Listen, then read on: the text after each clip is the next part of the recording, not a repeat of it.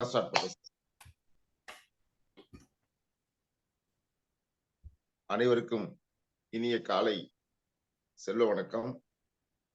நமது MMT training கம்பெனியின் வாராந்திர கூட்டம் நேற்று நடைபெற்றது. அப்பொழுது நம்ம இது எம்எம்டி கம்பெனினா என்ன, இதை பத்தி ஒரு முழு விவரத்தை நம்ம எல்லாம் தெரிஞ்சுக்கணும்னா ஒரு 2 மணி நேரம் நம்ம வைப்ரண்ட் அசோக்குமார் சார் ஒரு பயிற்சி கொடுத்தாதான் அது தெளிவா தெரிஞ்சுக்கலாங்கிற மாதிரி நம்மளுக்கு ஒரு தெளிவு கிடைச்சிச்சு. நம்ம யோசிச்சுட்டு இருக்கும் போது நம்ம மார்ச் 10ஆம் தேதிக்குள்ள நம்ம வச்சுக்கலாமா, இல்ல நம்ம செல்வ சிந்தனை நிகழ்ச்சி மார்ச் 10க்கு மேல முடிஞ்சிடும் அப்போ வச்சுக்கலாமா அப்படின்னு நம்ம இது பண்ணும்போது நிறைய பேரோட கருத்து ஏன் நாளைக்கே நம்ம இது பண்ணிக்கலாம், ஆல்ரெடி நம்மளுக்கு இடையில 10 நாள் கேப்புக்கு இது ஒரு 9 நாள் தான் கேப் வருது, அதனால இது ஒரு நாள் மட்டும் வச்சுக்கிட்டு இது பண்ணலாம்னாங்க. ஸோ அந்த ஒரு தருணம் நம்மளுக்கு இப்போ வந்திருக்கு. அந்த பயிற்சியை தான் இன்னைக்கு சார் கொடுக்க போறாங்க. இன்னைக்கு இந்த பயிற்சிக்கு நம்ம எம்எம்டி குரூப்பில் வருகைப்பிருந்திருக்கும் வைப்ரண்ட் அசோக்குமார் சார் அவர்களுக்கும், ரிச் நாராயண் சார் அவர்களுக்கும், கலைஸ்வரன் சார் அவர்களுக்கும், ரிச் அனரி சார் அவர்களுக்கும், வேலுமரன் சார் அவர்களுக்கும், வெற்றி திலகம் அவர்களுக்கும் மற்றும் வரப்போகிற அனைவர்களுக்கும் என்னுடைய காலை வணக்கத்தையும் வாழ்த்துக்களையும் தெரிவித்துக் கொள்கிறேன். மேற்கொண்டு வேற ஏதாச்சும் நீங்க டிஸ்கஸ் பண்ண ஏதாவது செய்திகள் இருந்தா பேசலாம், ஒரு சில வார்த்தைகள் பேசலாம். முறைப்படி நம்மளுடைய அசோக்குமார் சார் படிச்சோம்னா அவங்க நம்ம என்ன பண்ண போறோங்கிற அந்த ட்ரைனிங் ப்ரோக்ராம ஸ்டார்ட் பண்ணுவாங்க. என்னுடைய சார்ட் ஒப்படைக்கிறேன் அசோக்குமார் சார். நன்றிங்கய்யா. அனைவருக்கும் இனி காலை செல்வ வணக்கம்.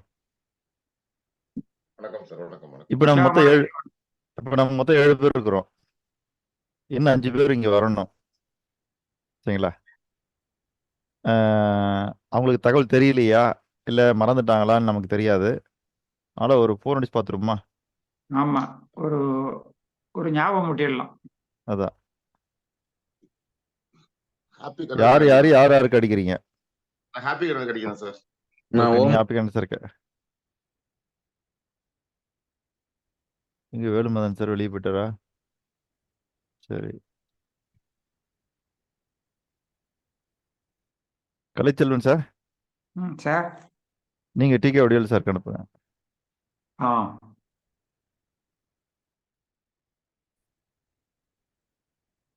இன்னும் வேற யார் வரணும்? ஷாம் சார் விட்டுருங்க. ஷாம் சார் இல்லாம நம்ம 11 பேர்.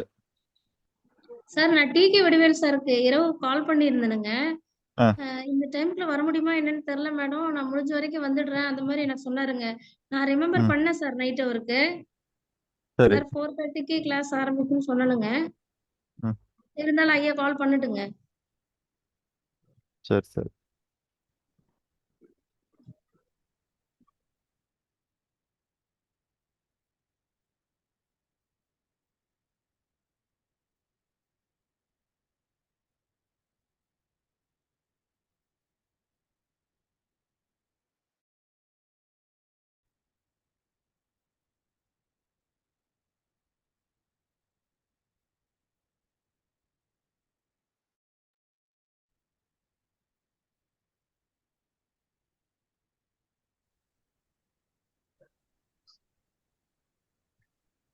சார் அசோக்குமார் சார் வேற ஒரு வேலையா இருக்கிறாராம், ஒரு ஹாஸ்பிட்டலுக்கு கிளம்பிட்டு இருக்காராம், அதனால அவரு இன்னைக்கு வர முடியாதுன்னு இருக்காரு சார்.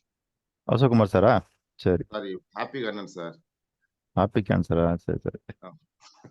சார் ஓமகுமார் சாருக்கு நான் அடிச்சேன், அவர் போன் எடுக்க மாட்டேங்கிறாரு. நேத்து பேசணும், நானும் திலகம் அம்மாவும் பேசணும் நேத்து.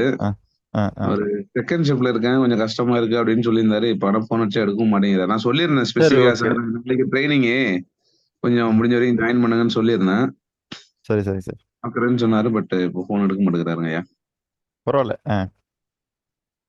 என்னன்னு அவளை விட்டுட்டு போயிடக்கூடாதுன்றத பாக்குறோம். வரும்ல. கண்டிப்பா கண்டிப்பா சொன்னேன் நேத்து.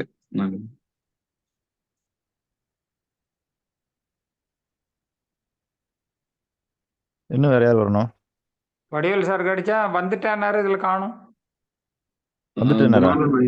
குணாலன் ஐயா நடிச்சுங்களா இல்ல அடிக்கிட்டு நானு அடிச்சிருக்கேன். நீங்க அடிங்க சார், அடிங்க சார். இதுல லிங்க் பார்க்காம இருக்க போறாரு. நான் இருங்க ஒரு நிமிஷம் அடிச்சு பார்த்துறேன். குணால நான் அடிச்சு பார்த்துறேன்.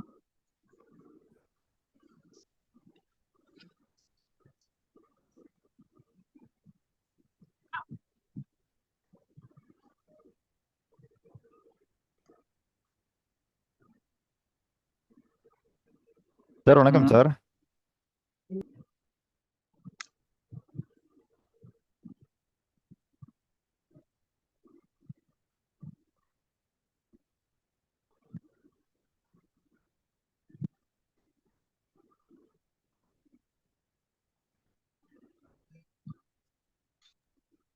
குணான ஐயா வந்துட்டு இருக்காங்க. ஓகே, இன்னும் வேற யாரும் வரணும்? குணாலன் சார் கிட்ட கேட்டாச்சு, வந்துடுறாரு.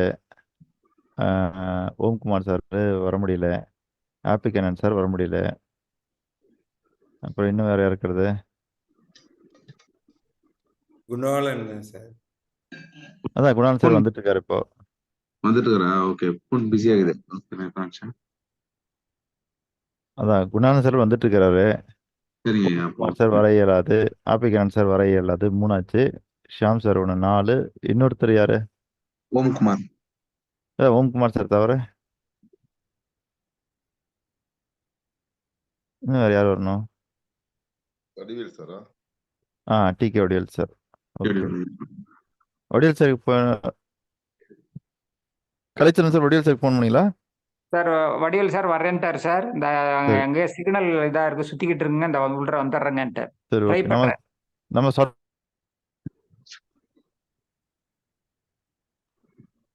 அதுக்குள்ள நம்ம பேசுமா சார்? பேசலாம் சார். ஓகே.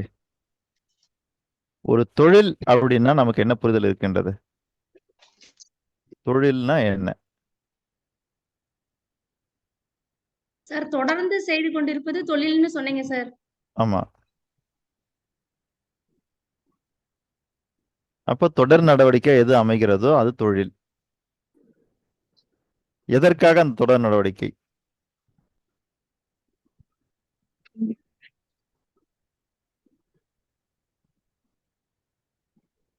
ஒரு இலக்கை அடைவதற்காக. ஒரு இலக்கை அடைவதற்காக இல்ல. எதற்காக அந்த தொடர் நடவடிக்கை என்றால் ஒருவருக்கொருவர் உதவி கொண்டு பயனடைவதற்காக.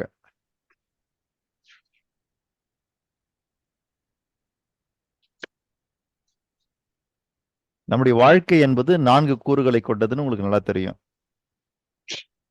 என்னென்ன கூறுகள் நேரா சொல்ல முடியுமா? சுயம், குடும்பம். ஐயா, 1 சுயம், 2 குடும்பம், 3 தொழில், 4 சமுதாயம். அவ்வளவுதான் ஐயா. ஐயா, எண்களை மன்னிக்கணும், நான் பயன்படுத்த வேண்டும். குறிப்பிட்டதுக்கு நான் நம்பர் பயன்படுத்துறதுக்காக நான் சொன்னேன். இல்லைன்னா நான் சொல்லியிருக்க அதான். மாட்டேன். எண்களை கலைச்சரன் ஐயா, பயன்படுத்துறதுக்காக. மன்னிக்கும்.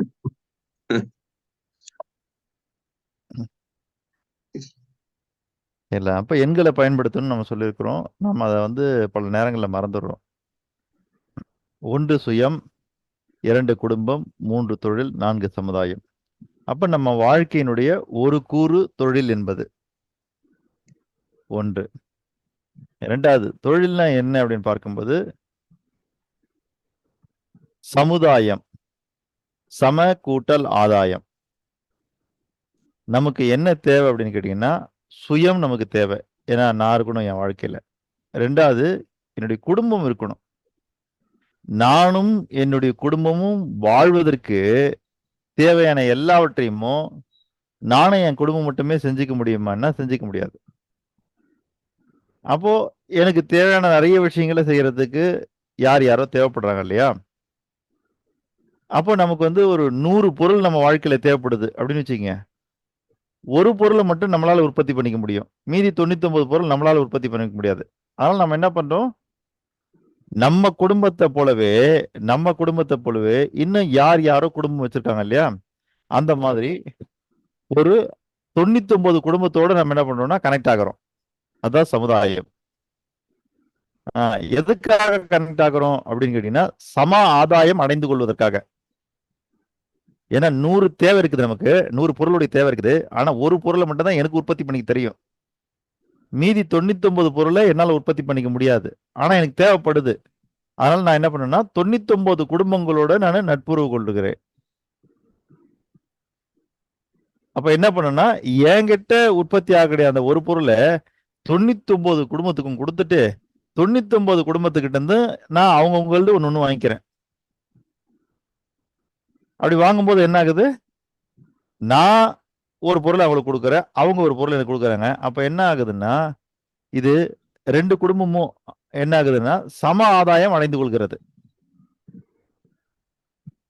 அப்ப 100 குடும்பங்களும் ஒரு 100 பொருளை அவங்கவுங்க உற்பத்தி பண்றாங்கன்னா மீதி 99 பொருளை மற்றவங்களுக்கு கொடுத்துட்டு எல்லாருக்கிட்ட இருந்து எல்லாம் வாங்கினாங்கன்னா என்ன ஆகுன்னு கேட்டீங்கன்னா இப்ப 100 பேருக்கிட்டுமே 100 பொருளுமே இருக்கும். புரியுதுங்களா? நான் உற்பத்தி பண்ணது 100 பொருள்ல ஒன்னு நான் வச்சுக்கிட்டு 99 குடும்பத்துக்கு கொடுத்துட்டேன். இதே மாதிரி 100 குடும்பமும் செய்யும் பொழுது 100 குடும்பத்துக்கிட்டையும் 100 பொருளுமே இருக்கும். அப்ப என்ன பண்ணிருக்கோம், நாம எல்லாருமே ஆதாயத்தை சமமா பிரிச்சுட்டு இருக்கோம் இல்லையா? இப்படி நான் ஒரு ஆதாயத்தை கொடுத்து அவங்க கிட்ட இருந்து ஒரு ஆதாயத்தை வாங்கிக்கிறேன் அப்படின்னா இதுக்கு பேரு தான் சம கூட்டல் ஆதாயம், சமுதாயம்.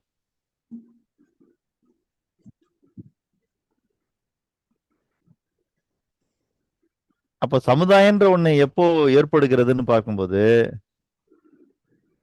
எப்போ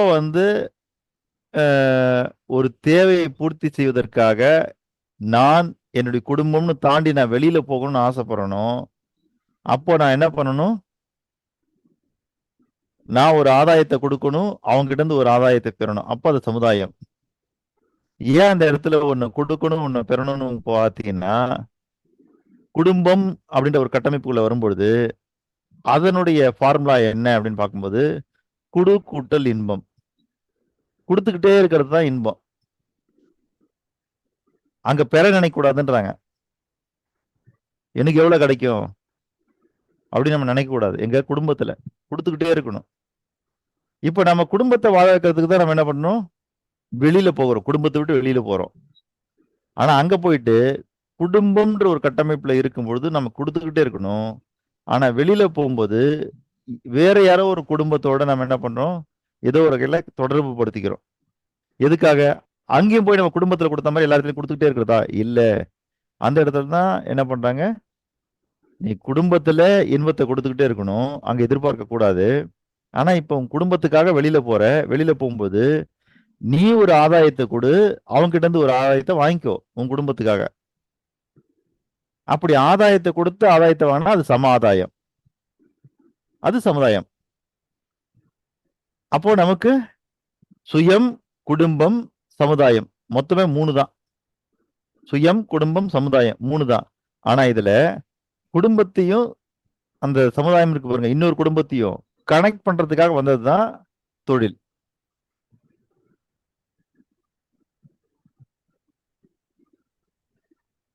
அப்ப அது நம்மளுடைய வாழ்க்கையில ஒரு பகுதியா வருது. அது எங்க வருது பாத்தீங்கன்னா நாம சொல்லக்கூடிய ஆர்டர்ல 1 சுயம், 2 குடும்பம், 3 தொழில், 4 தான் சமுதாயத்துக்கு போறோம்.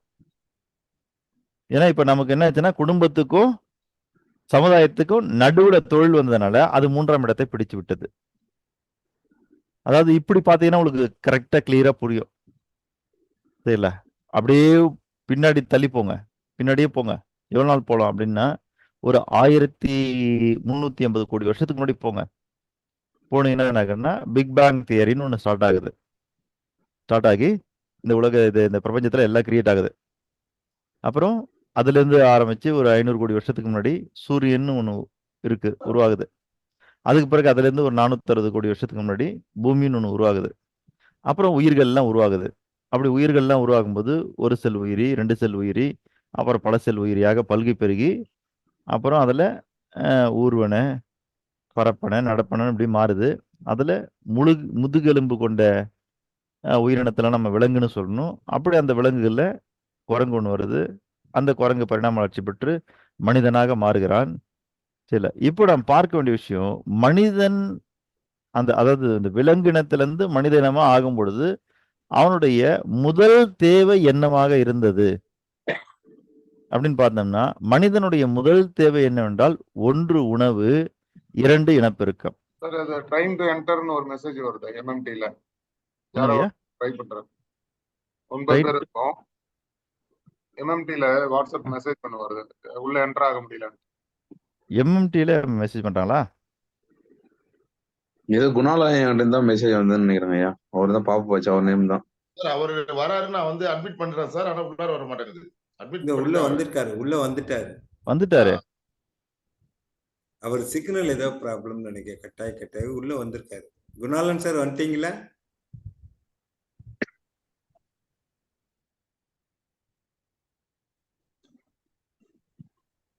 நீங்க கண்டினியூ பண்ணுங்க சார். அவர் வந்துட்டாரு. சரி.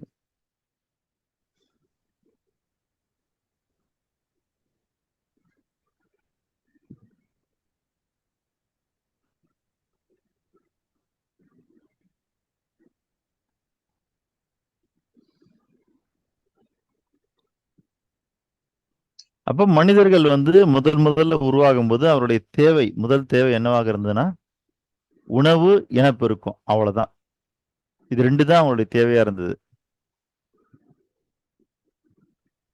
அப்ப இந்த உணவு, இனப்பெருக்கத்துக்காக இது 2த்துக்காக அவன் என்ன பண்ணனா நாடோடியாக வாழ்கிறான். நாடோடினா என்ன? இவன் இருக்கிற இடத்துல எதுவுமே கிடையாது. அதனால எல்லாம் இருக்கிற இடத்த தேடி இவன் போறான். புரியுதுங்களா? நான் இப்ப உங்களுக்கு என்ன சொல்லிட்டு இருக்கேன்னா, ஒரு தொழில் எப்படி உருவாச்சு அப்படின்னு நம்ம தெரிஞ்சுக்கணுன்றதுக்காக சொல்றேன். அப்போ இவன் வந்து என்ன பண்ணா உணவுகளை தேடி போறான். ஓகேங்களா? அப்படி உணவுகளை தேடி போய் ஒவ்வொரு உணவா சாப்பிட ஆரம்பிக்கிறான். அப்படியே அவனுடைய வாழ்க்கை ஓடிட்டு இருக்குது. அப்போ அவனுக்குன்னு எந்த கட்டமைப்பும் கிடையாது. புரியுதுங்களா? அவனுக்குன்னு குடும்பமோ சமுதாயமோ எதுவுமே கிடையாது. அவன் என்ன பண்ணா நாடோடியே திரியறான், கிடைக்கிறத திங்கிறான். சரிங்களா? ஒரு பெண்பாலினத்தோட உறவு கொள்றான், போயிட்டே இருக்கிறான். அவ்வளவுதான். இதுல எந்த கட்டமைப்பும் கிடையாது. சரிங்களா? ஏன்னா குரங்குல இருந்து வந்தவன் தானே அவன். அதனால அப்படியே போயிட்டே இருக்கிறான். அப்போ வந்து இதுல உணவு தேடலும் இனப்பெருக்க நிகழ்வும் இயற்கையாக நிகழக்கூடிய ஒன்று. அதுக்காக ஒரு பெரிய விஞ்ஞான அறிவுலாம் நமக்கு தேவையில்லை. ஏன்னா எப்படி இதெல்லாம் அதெல்லாம் நம்ம ரொம்ப யோசிக்க வேண்டியதில்லை. அது வந்து என்னன்னா நம்ம உடம்புலேயே இயற்கையாக கட்டமைக்கப்பட்டிருக்குது. அப்போ உணவை தேடுறதும் இனப்பெருக்கம் செய்வதும் இப்படி ஓடிட்டு இருந்த மனுஷன் சரிங்களா பரிணாம வளர்ச்சி அடைய என்ன பண்றான்னா ஒரே இடத்துல வாழணும் அப்படின்னு ஒரு பரிணாம வளர்ச்சியை அடைய ஆரம்பிக்கிறான். ஒரு இடத்துல இருந்து வாழணும் அப்படின்னு. அந்த ஒரே இடத்துல இருந்து வாழணும் பொழுதுதான் அவனுக்கு என்ன தேவைப்படுதுன்னா ஒரு கட்டமைப்பு தேவைப்படுது. அது வரைக்கும் அவனுக்கு எந்த கட்டமைப்பும் தேவையில்லை. அவன் பாட்டுல போயிட்டே இருந்தான், கிடைக்கிறத சாப்பிட்டான், கிடைக்கிற இடத்துல சந்தோஷமா இருந்தான், போயிட்டே இருந்தான். அவ்வளவுதான், எந்த கட்டமைப்பு தேவையில்லை. இப்போ ஒரே இடத்துல நிறுத்தணும். சரிங்களா? அப்போ ஒரு இடத்துல இருந்து நாம் என்ன செய்ய முடியும் அப்படின்னு பார்க்கும்போது அவனால அந்த ஒரே இடத்துல இருந்து எல்லாமே செய்யக்கூடிய சக்தி அவனுக்கிட்ட இருக்குதுன்னா இல்லை. ஆனா அவனுக்கு ஒரு சில விஷயங்கள் தெரியுது. இயற்கையில எப்படி உற்பத்தி பண்றது, அப்புறம் உற்பத்தி பண்ணதை வச்சு எப்படி நம்ம சாப்பிட்றதெல்லாம் அவன் தெரிஞ்சுக்கிறான். அந்த வகையில் பார்க்கும்போது அவன் இப்போ ஒரே இடத்துல இருக்கணும், ஒரு இடமா தங்கணும் அப்படின்னும் பொழுது அது வரைக்கும் அவனுக்கு ஒரு இருப்பிடம் தேவைப்படலை. அப்புறம் அவன் என்ன பண்ணான்னா குகைகள்லையும் அடர்ந்த மரங்களுடைய நிழல்கள்லையும் இப்படி தங்க ஆரம்பிக்கிறான். அப்படி ஒரு இடமா தங்கும் பொழுதுதான் அவனுக்கு அவனுடைய இனம் தேவைப்படுகிறது. புரியுதுங்களா? ஒரே இடமா தங்கும் பொழுதுதான் அவனுக்கு அவனுடைய இனம் தேவைப்படுகிறது. ஏன்னா நீங்க பொதுவா பாத்தீங்கன்னா தெரியும், நாய் அது ஒரு கூட்டமா இருக்கும், சிங்கம்னா அது ஒரு கூட்டமா இருக்கும், புலினா எப்பயுமே வந்துன்னா அது அதோட இனத்தை தான் பார்க்கும். அந்த மாதிரி குரங்குல இருந்து வந்த மனுஷன் அப்படிங்கறனால இவன் என்ன பண்றான், இவனுடைய கூட்டம்னு அவன் பார்க்கறது அவனுடைய இனத்தை மட்டும்தான். அப்ப அதை மட்டும்தான் சேர்த்துக்குவான். அப்போ அந்த கூட்டம் ஒரு இடமா இருந்து தேவையான உணவுகளை எல்லாம் சேகரித்து அந்த ஒரு இடத்துக்கு வந்து பங்கு போட்டு சாப்பிட்ற மாதிரி அவனுடைய வாழ்க்கை மாறுது. அப்போ ஒரு கட்டமைப்பு முதல்ல அங்கதான் கிரியேட் ஆகுது. என்னன்னா அந்த ஒரு இடமா இருக்கணும் அப்படின்னு போதுதான். அப்போ ஒரு இடமா இருந்து அவன் வந்து உணவுகளை சேகரித்து கொண்டு வந்து தரான். அப்படி ஒரு இடமா இருக்கணும் அப்படின்னு வந்த பிறகுதான் இந்த ஆண் பெண் பாலினம் பேத உருவாகுது. அதுக்கு பிறகு என்ன ஆகுது, ஒரு பெண்ணுடைய வேலை என்னவா இருக்குதுன்னா கருவுற்று ஒரு குழந்தையை பெற்று அதை பராமரித்து பேணி வளர்க்கணும். அப்ப அதுக்கு முன்னாடி வந்து என்னன்னா மனுஷன் என்ன பண்ணா போற போக்குல எல்லாத்தையும் சாப்பிடுவான், போற போக்குல உடலுறவு வைத்துக் கொள்வான், போற போக்குல அவன் போயிட்டே இருப்பான், எதை பத்தியும் கவலைப்பட மாட்டான். ஆனா இப்ப அவன் ஒரே இடத்துல இருக்கணும் போது அவனுக்கு அவனுடைய இனம் நிறைய தேவைப்படுது, நிறைய எண்ணிக்கையில தேவைப்படுது. அப்படின்னும் பொழுதுதான் அவன் வந்து உருவாக்குற குழந்தைகளை வெளியே எங்கேயும் அனுப்பாம அவன் கூட வச்சுக்க ஆரம்பிக்கிறான். சரிங்களா? அப்ப நம்ம என்ன நிறைய தேவைப்படுது அப்படின்னும் போது நம்ம இனத்தை உற்பத்தி பண்ணணும் போது மற்ற விலங்கு கிட்ட இருந்து காப்பாத்துறதுக்கும் இந்த பிறந்த குழந்தைகளை ஒரே இடத்துல வச்சு வளர்க்கறதுக்கும் அவனுக்கு தேவையானதெல்லாம் என்ன பண்றான், ஆண்கள் வெளியே சென்று தேடுகிறார்கள். ஒரு குகையிலேயோ அல்லது புதர்கள்லையோ எல்லா இடத்துலயும் வந்துன்னா பெண்கள் விட்டுட்டு போறான். சரி, அவங்களுடைய வேலை அந்த குழந்தைகளை பாதுகாப்பாக பார்த்து கொள்வது. இவன் வெளியில போயிட்டு வேட்டையாடி உணவுகளை கொண்டு வந்து கொடுக்கறது.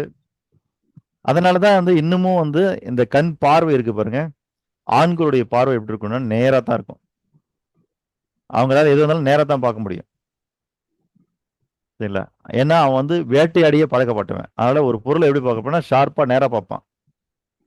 ஆனா பெண்கள் வந்து குழந்தைகளை வளர்த்துக்கிட்டு இருந்த காரணத்தினால அவங்க குழந்தையும் பார்க்கணும், குழந்தை மேல ஏதாவது விலங்குகள் வருதா, வேற ஏதாவது ஊர்வன பூச்சிகள் இந்த மாதிரி ஏதாவது வருதுன்னா அவங்க சுத்தி சுத்தி பார்க்கணும். அதனால அவங்களுடைய பார்வை இருக்குன்னா சைடு பார்வை. இன்னமும் அது வந்து அப்படியே அந்த எண்ணத்துல தொடர்ந்துகிட்டே தான் இருக்கு நமக்கு. அதனால ஒரு ஆண் ஒண்டி நேரம் பார்ப்பான். சொல்லுங்க ரத்னகிரி சார். ஆரம்ப காலத்துல பெண்கள் தான் வந்து இனக்குழுக்களோட தலைவரா இருந்திருக்காங்க. சோ அப்ப வந்து அவங்களுமே வேட்டையாடி பகிர்ந்துதான் நாடோடி வாழ்க்கையில பகிர்ந்துக்கிட்டாங்க.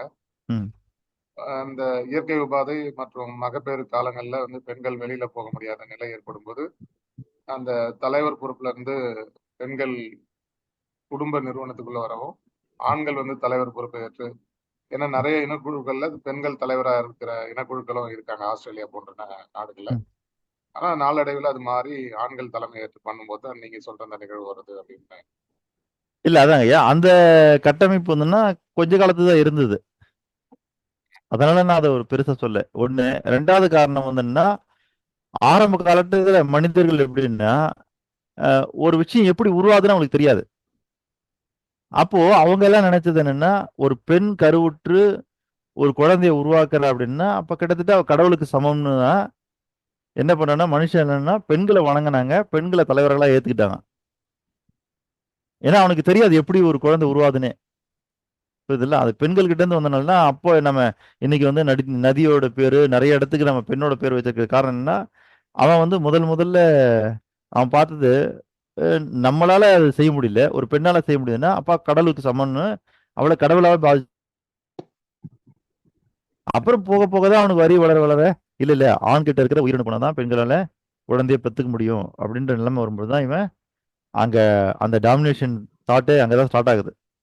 நம்ம எல்லா இடத்துலயும் பெண்களை ரொம்ப உயர்வா வச்சுட்டோம், இல்ல உயர்வானவர்கள் ஆண்கள் தான், அந்த உயர்வான இடத்துல இருந்து அவங்களை கீழே இறக்கணுன்றதுக்கு தான் அடுத்தது பாத்தீங்கன்னா ஃபுல்லா அவங்க மேல நம்ம டாமினேட் பண்ண ஆரம்பிக்கிறோம். சரிங்களா ஐயா? அதனால அது வரைக்கும் என்னன்னா அந்த இனக்குழுக்கள் தலைவராக தான் அவங்க தான் இருந்தாங்க. ஆனா அது கொஞ்ச காலம் தான் அது. ஆனா அதுக்கு பிறகு நீண்ட காலங்கள் இருந்ததுன்னா ஆண்கள் தான். அதனால தான் நான் நேரா அந்த இடத்துக்கு போயிட்டேன். அப்படி அந்த ஒரு இடத்துல இருந்து வாழ்வதற்கு தான் அவனுக்கு என்ன பண்றான், தேவைகள் நிறைய உற்பத்தி ஆகிறது.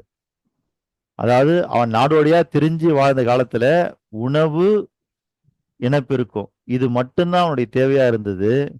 அதுக்கு பிறகு என்ன ஆகுது, ஒரே இடம்னு வரும்பொழுதுதான், ஒரே இடத்துல தங்கும்போது அவனுக்கு என்ன ஆகுதுன்னா உணவு, உடை, உறைவிடம் இப்படின்னு தேவைகள் அதிகமாகுது பாருங்க. அப்ப அவனுக்கு அப்பதான் ஒரு வீடு தேவைப்படுது, அவனுக்கு அப்பதான் வந்து என்ன தேவைப்படுது, உடை தேவைப்படுகிறது. இல்லை அதுக்கு முன்னாடியெல்லாம் அவனுக்கு ஒரு உடைன்னு வேண்டியதில்லை. ஏன்னா அவன் பருவத்துக்கு ஏற்ற மாதிரி அவன் அவங்க போற இடத்துல அப்படியே இருந்துட்டு போயிட்டே இருப்பான். ஆனா இப்ப என்ன ஆகுதுன்னா ஒரு இடத்துல தங்க வேண்டிய சூழ்நிலை ஏற்படுறதுனால அவனுக்கு இதெல்லாம் தேவைப்படுது. அப்புறம் கொஞ்சம் கொஞ்சமா அவன் என்ன பண்ணான்னா இப்ப உணவையும் நம்ம என்ன பண்ண முடியும்,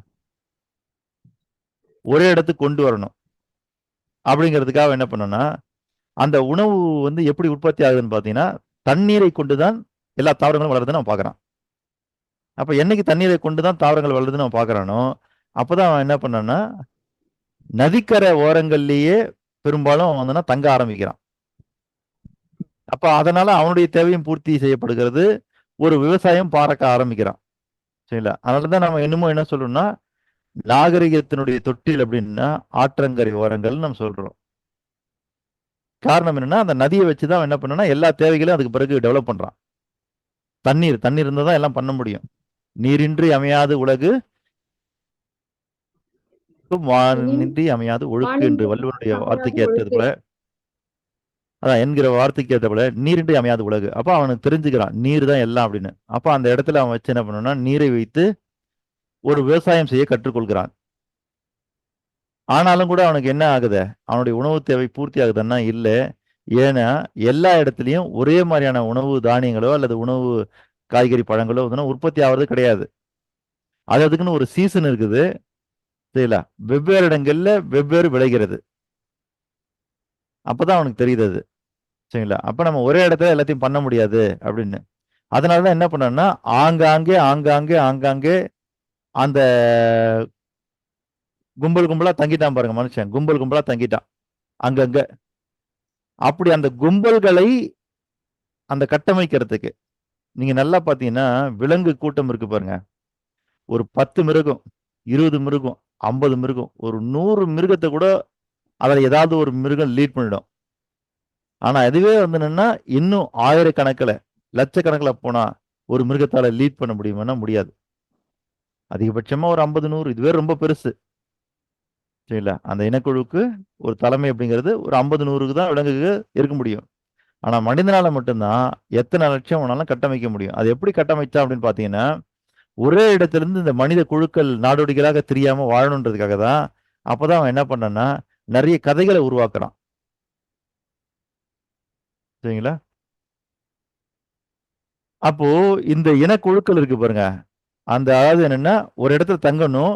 இப்போ ஒரு 5 பேர் சேர்ந்து வேலை செய்யறது, 10 பேர் சேர்ந்து வேலை செய்யறது, 20 பேர் சேர்ந்து வேலை செய்யறது, 30 பேர் வேலை செய்யறது அப்படின்னு ஆரம்பிக்கும் பொழுது, அவனுக்கு எப்போ அவன் விவசாயத்தை கண்டுபிடிக்கிறானோ அப்பதான் தெரியுது, விவசாயம் பண்றதுக்கு நிறைய ஆள் தேவைப்படுதுன்னு. எப்போ அவன் முதல்ல விவசாயத்தை கண்டுபிடிக்கிறானோ அப்பதான் அவனுக்கு தெரியுது, விவசாயம் பண்ணணும்னா நிறைய ஆளுங்க தேவை அப்படின்னு. அப்போ நாடோடியா தெரிஞ்சிட்டு இருக்கிறவன அவனை கூட்டிட்டு வந்து அவனை ஒரு இடத்துல நிக்க வைக்கணும்னா அவனால முடியுமானா முடியாது. அதுக்காக என்ன பண்ணனா, அந்த கூட்டத்தை தன்னுடைய கூட்டம் அப்படின்னு அதுல யாருக்கோ ஒரு லீடிங் பவர் இருக்கு பாருங்க. அதாவது முதல்ல இப்படி நாடோடியா தெரிஞ்சிட்டு இருந்தவனுக்கு எப்போ வந்ததுன்னா ஒரு தலைவன்ற பவர் கிடைச்சது, இல்ல தலைவன்ற தகுதி கிடைச்சதுன்னா, இந்த கூட்டத்தை ஒரு இடத்துல எவனால கட்ட முடிஞ்சதோ அவன் தான் தலைவனா மாறினான். அப்போ எதை வச்சு கட்டுனாங்க அந்த கூட்டத்தை அப்படின்னு கேட்டீங்கன்னா, அப்போ உருவானதுதான் இந்த மதங்கள்லாம். சரிங்களா? அப்போ தன்னுடைய கூட்டம் அப்படின்னு அதுக்கு ஒரு மதத்தினுடைய சாயத்தை உருவாக்கி அதுக்கான கதைகள் எல்லாம் உருவாக்குறான் ஒருத்தன். அவன் தான் தலைவனா மாறுறான். அப்ப அவனுடைய வேலை என்னதுங்களா, இது நம்மளுடைய இனம், நம்மளுடைய குழு, சரிங்களா, நம்மளுடைய மதம் அப்படின்னு ஒரு அடையாளத்தை கிரியேட் பண்றான். அப்ப அந்த இனக்குழுக்கள்லாம் பாத்தீங்கன்னா இப்ப கூட நம்ம பார்த்திருக்கோம். காட்டுவாசி எல்லாம் உடம்புல என்னென்னமோ கோடு எல்லாம் போட்டு முகத்தெல்லாம் என்னென்னமோ பூசி எல்லாம் இருக்காங்க இல்லையா? இதெல்லாம் அவங்க வந்து அவங்க குழுவை அடையாளம் கண்டுக்கிறதுக்காக உருவாக்கின அடையாளங்கள் அதெல்லாம். அப்ப இப்படி எல்லாம் பூசி இருந்தா இது நம்ம குழுடா அப்படின்னு. அப்படி அந்த கட்டமைச்சு வைக்கிறதுக்கு தான் அவனுக்கு என்ன பண்ணா பலவிதமான கதைகளும் புராணங்களும் இதிகாசங்களும் அவன் உருவாக்கிறான். சில மதங்கள் எல்லாம் உருவாக்குறான். அப்படி உருவாக்கி தான் அவன் கட்டமைச்சு வச்சான். அதை சொல்லிதான் அவன் ஒரு இடத்துல நிறுத்தினான் குழுவெல்லாம். அப்படி எவனால நிறுத்த முடிஞ்சதோ அவன்லாம் தலைவனா மாறினான். அப்போ நமக்கு வந்து என்னன்னா எல்லா பயிர்களும் ஒரே இடத்துல விளையாதுன்னு நல்லா தெரியும். அதே போல பல இடத்துல விளையும், பல பருவங்கள்ல விளையும். சரிங்களா? அப்ப நாம என்ன பண்றோம், நம்ம இடத்துல என்ன விளையுதோ அது எவ்வளவு முடியுமோ அவ்வளவு உற்பத்தி செஞ்சு வச்சுக்கிறோம். அதே மாதிரி ஒவ்வொரு இடத்துலயும் அவங்கவுங்க உற்பத்தி செஞ்சு வச்சுக்கிறாங்க. இப்ப நம்மளது இனக்குழு என்னன்னு நமக்கு நல்லா தெரியும். சரிங்களா? அங்கங்க உற்பத்தி ஆகிறத வச்சு அந்த இனக்குழுக்கள் தெரியும். தமிழ்ல பிரிச்சாங்க பாருங்க 5 விதமான இனக்குழுக்கள். எப்படி? 5 வகையான நில பாகுபாடுகள். மருதம், முல்லை, பாலை, நெய்தல், மருதம், முல்லை, பாலை, நெய்தல், குறிஞ்சி. குறிஞ்சி குறிஞ்சி இந்த 5 வகையான நில பாகுபாடுகள். அதே மாதிரிதான் அந்த காலகட்டத்துல எல்லாரும் அவங்க உருவாக்குறாங்க. இப்ப என்ன ஆகுது, எனக்கு வருஷம் ஃபுல்லா தேவைப்படுது ஒரு விஷயம். ஆனா அது வருஷம் ஃபுல்லா ஒரே இடத்துல என்னால விளைவிச்சுக்க முடியாது. அப்படிதான் நான் என்ன பண்ணேன், என்னுடைய இனக்குழு வச்சு உருவாக்கின ஒரு பொருளை இப்போ நான் என்ன பண்ணேன்னா இன்னொரு இடத்துல உருவாக்கின ஒரு பொருளை நான் கொடுத்து மாத்திக்கிறேன். அப்படிதான் முதல்ல பண்ட பரிமாற்று முறை கிரியேட் ஆகுது. சரிங்களா? எனக்கு தேவையான ஒரு உணவு நான் என்ன பண்ணணும், வாங்கணும் என்னோட திட்டம் அப்படின்னா நான் ஒன்றை உற்பத்தி பண்ணி கொடுத்து வாங்குறேன். அப்ப பணம் இருந்ததா? பணம்னு ஒண்ணு இல்லவே இல்லை. சரிங்களா? அதே போல லாபம்னு ஒரு கான்செப்ட் இருந்தா? இல்லவே இல்லை. புரியுதுங்களா? பண்ட பரிமாற்ற முறை பண்ணும்பொழுது லாபம்ன்ற ஒரு கான்செப்டே கிடையாது. இப்பதான் நம்ம லாபத்தை பத்தி எல்லாம் பேசுறோம். அப்ப லாபமே கிடையாது. நான் என்ன கொடுக்கறனோ அதுக்கு நிகரா நீ தரணும். அதுதான் பண்ட பரிமாற்ற முறை. அப்ப ஆரம்ப காலகட்டத்துல அந்த பண்ட பரிமாற்ற முறையை சொல்லுங்க அருணகிரி சார். நேரடி வர்த்தகம் சொல்லாமா? அதை நேரடி உற்பத்தி பண்றாங்க, நேரா வாங்கிப்பாங்க, அப்படி சொல்லாமா? இப்ப பண்றோம்ல டைரக்ட் மார்க்கெட்டிங், அதான் பண்ட பரிமாற்ற முறை. இல்ல, அதாவது அதை இன்னும் மார்க்கெட்டிங்னு சொல்ல முடியாது. இப்ப அதுக்கு பேர் மார்க்கெட்டிங். டைரக்ட் மார்க்கெட்டிங்னு சொல்றீங்க இல்லையா? ஆமா ஆமா. அப்ப அது மார்க்கெட்டிங்கே இல்ல. மார்க்கெட்டிங் இல்ல. சந்தையே கிடையாது. சந்தையே கிடையாது. புரியுதுங்களா? சந்தைன்னு ஒரு கான்செப்ட் வந்ததுன்னு நம்ம அதை நேரடி வர்த்தகம்னு சொல்ல முடியும். சந்தை இருந்தா தானே படுத்த முடியும். ஆமா, சந்தைப்படுத்துதல். இப்ப சந்தைன்னு ஒண்ணு கிடையாது. நன்றி. ஓகேங்களையா? அப்போ அவன் என்ன பண்றான், தாங்கிட்ட உற்பத்தியானதை கொடுத்துட்டு அவங்ககிட்ட உற்பத்தியானதை வாங்குறான். இது பண்ட பரிமாற்ற முறை நடைபெறுகிறது. சரிங்களா?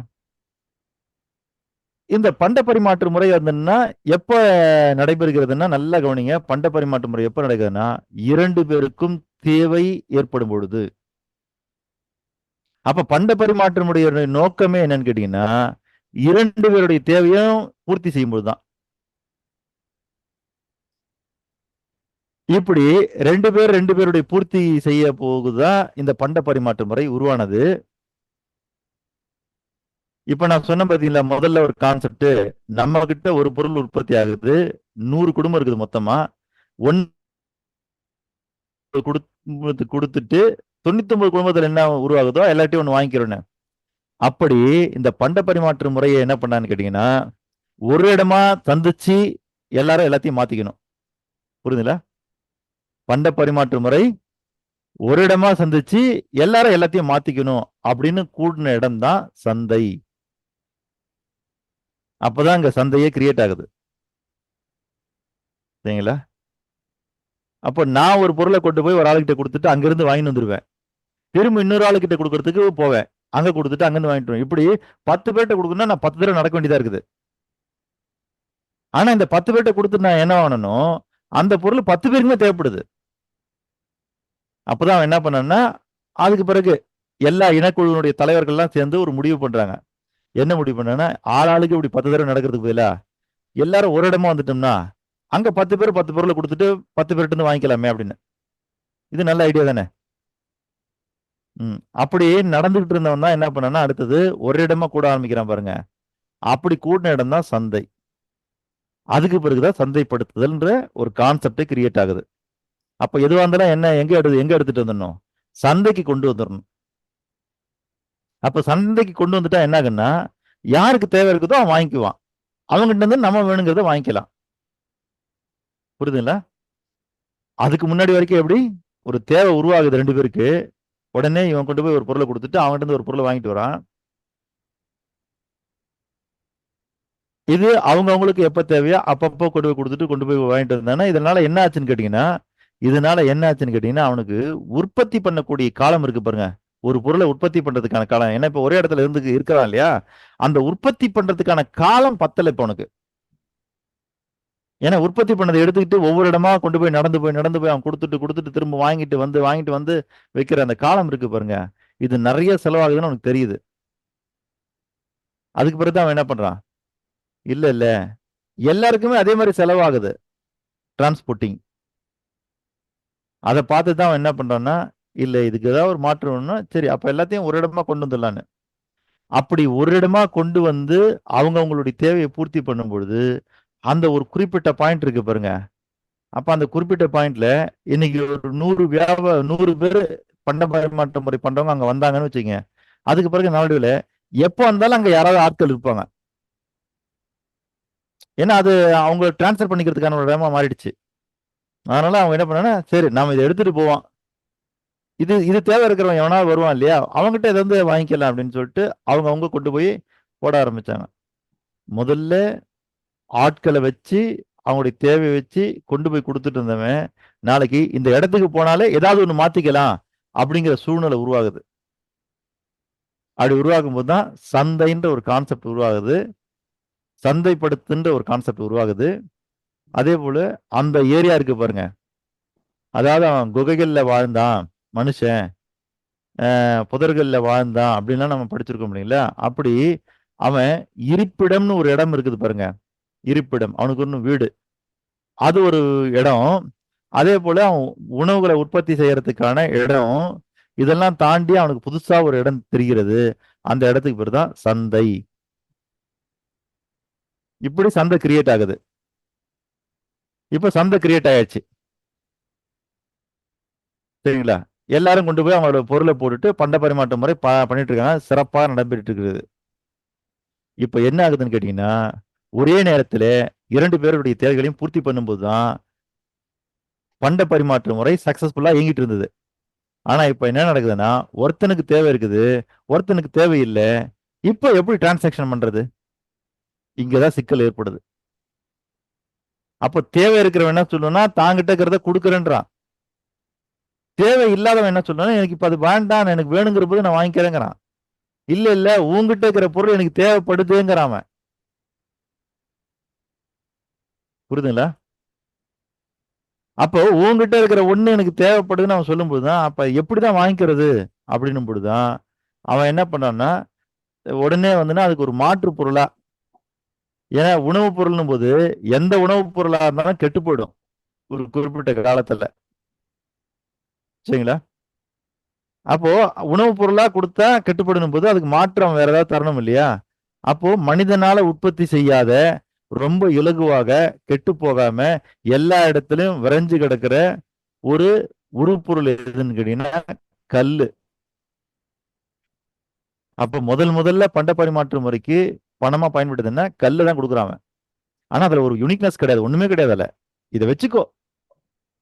இப்ப எப்படி நம்ம இந்த ரேஷன் கடையில இன்னும் கூட நீங்க பார்க்கலாம், ஆள் வரதுக்கு முன்னாடி அங்க ஒரு கல் ஒண்ணு வச்சிருப்பாங்க. அப்ப கியூல பாத்தீங்கன்னு வச்சுங்க, 10 பேர் நிக்கிறதுக்கு பதிலா 10 கல் இருக்கும் ரேஷன் கடை திறக்கிற வரைக்கும். அப்ப யாரெல்லாம் போய் கியூல நிக்கணும்னு ஆசைப்படுறாங்களோ அவங்களுக்கு பதிலா என்ன பண்றாங்க, கல் வைக்கிற பழக்கம். இது எப்போ வந்ததுன்னா, முதல்ல பண்ட பரிமாற்ற முறை பண்ணும்போது இதற்கு பதிலாக இது என்று எப்போ மனுஷன் வந்தோம்னா கல்லை கொடுக்க ஆரம்பிச்சானோ, அதுக்கு பிறகுதான் இப்ப மனுஷனுக்கு பிறகு கல் வைக்கிற பழக்கம் வந்தது. புரியுதுங்களா ஐயா? அப்போ பதிலுக்கு பதில் அப்படின்னு நம்ம சொல்றோம் இல்லையா, அந்த மாதிரி அப்போ என்ன பண்ணனா, ஒரு கல்லை கொடுத்துட்டு அவன் பொருள் வாங்கிக்கிறான். உனக்கு இப்ப தேவையில்லை, ஆனா எனக்கு தேவை இருக்குது. நீ என்ன பண்ணு, நீங்க வந்து இப்போ சிவபாலன் ஐயா ஒரு மாம்பழ வியாபாரி, நான் ஒரு ஆட்டுக்குட்டி வியாபாரின்னு வச்சுக்குவோம். இப்போ எனக்கு மாம்பழம் தேவைப்படுது. ஆனா அவர் என்ன சொல்றேன்னா, நான் ஏற்கனவே வாங்கின ஆட்டுக்குட்டி இருக்குது, எனக்கு இப்ப ஆட்டுக்குட்டி வேணாங்கிறாரு. ஆனா நான் என்ன சொல்றேன், இல்ல எனக்கு மாம்பழம் தேவைப்படுது, நீங்க ஆட்டுக்குட்டி வாங்கிக்கணும். இல்ல வேண்டாம் எனக்கு இப்போ வேணான்றாரு. அதனால நான் என்ன பண்றேன்னா, இதுக்கு என்னதான் சொல்யூஷன் பார்க்கும்போது நான் ஒரு கல்லை கொண்டு போய் அவர்கிட்ட கொடுக்குறேன். ஏன்னா அதானே ஈஸியா கிடைக்கிற பொருள், கொடுக்குறேன். உங்களுக்கு இப்போ ஆட்டுக்குட்டி வேண்டாம், ஆனா எனக்கு மாம்பழம் தேவைப்படுது, மாம்பழத்தை நீங்க எனக்கு கொடுத்துருங்க, சரிங்களா. அதுக்கு பதிலாக இந்த கல்லை வச்சுக்கங்க, நீங்க எப்ப இந்த கல்லு கொண்டாந்து கொடுக்குறீங்களோ அப்ப நீங்க ஆட்டுக்குட்டி வாங்கிக்கலாம்னு சொல்றேன் நான். அப்ப இந்த டீலுக்கு அவங்க ஒத்துக்குறாங்க. புரியுதுங்களா? அப்ப அந்த கல்லை வாங்கிக்கிறாங்க, அவங்க எனக்கு மாம்பழத்தை கொடுத்துறாங்க. நான் இப்ப என்ன பண்ணணும், எப்போ அவர் கல்லு கொடுக்குறாரோ அப்போ ஆட்டுக்குட்டி தரணும் நான். புரியுதுங்களா? சரி, அதுக்கு முன்னாடி நம்ம பார்க்க வேண்டியது, மெஷர்மெண்ட்டே இல்லாத காலத்துல சரிங்களா, ஒரு ஆட்டுக்குட்டி நான் கொடுக்குறேன்னா அவங்க மாம்பழம் எனக்கு தரேன்னா எப்படி மெஷர் பண்ணாங்க? ஆரம்ப காலகட்டத்தில் மெஷர்மெண்ட்டே கிடையாது. அப்படின் போது எப்படி ஈக்குவலா மெஷர் பண்ணாங்க? பசி சார். ஏற்கனவே நம்ம சொன்ன விஷயம் தான், சரிங்களா. அப்போ பசி தான் உங்களுக்கு அந்த மெஷர்மெண்ட். ஒரு பொருளை கொடுத்தா எத்தனை பேருடைய பசி அடங்குதோ நான் அதுக்கு நிகரான பசி அடங்குற பொருளை வாங்கிட்டேன்னா அதான் இன்னைக்கு மெஷர்மெண்ட். அப்புறம் அது காலப்போக்கில் இப்போ கல்லை ரீப்ளேஸ் பண்றோம், சரிங்களா? கல்லு கொடுக்குறான். ஆனா இப்ப என்ன ஆகுது, இந்த முறை தெரிய ஆரம்பிக்கும் போது எல்லா இடத்துலயும் மாற்று பொருளா ஒரு கல்லை கொடுத்துட்டு அவன் டிரான்சாக்ஷன் பண்ண ஆரம்பிச்சிடறான். ஐயா, கல்லு கொடுத்தது யாரு, வாங்கினது யாரு?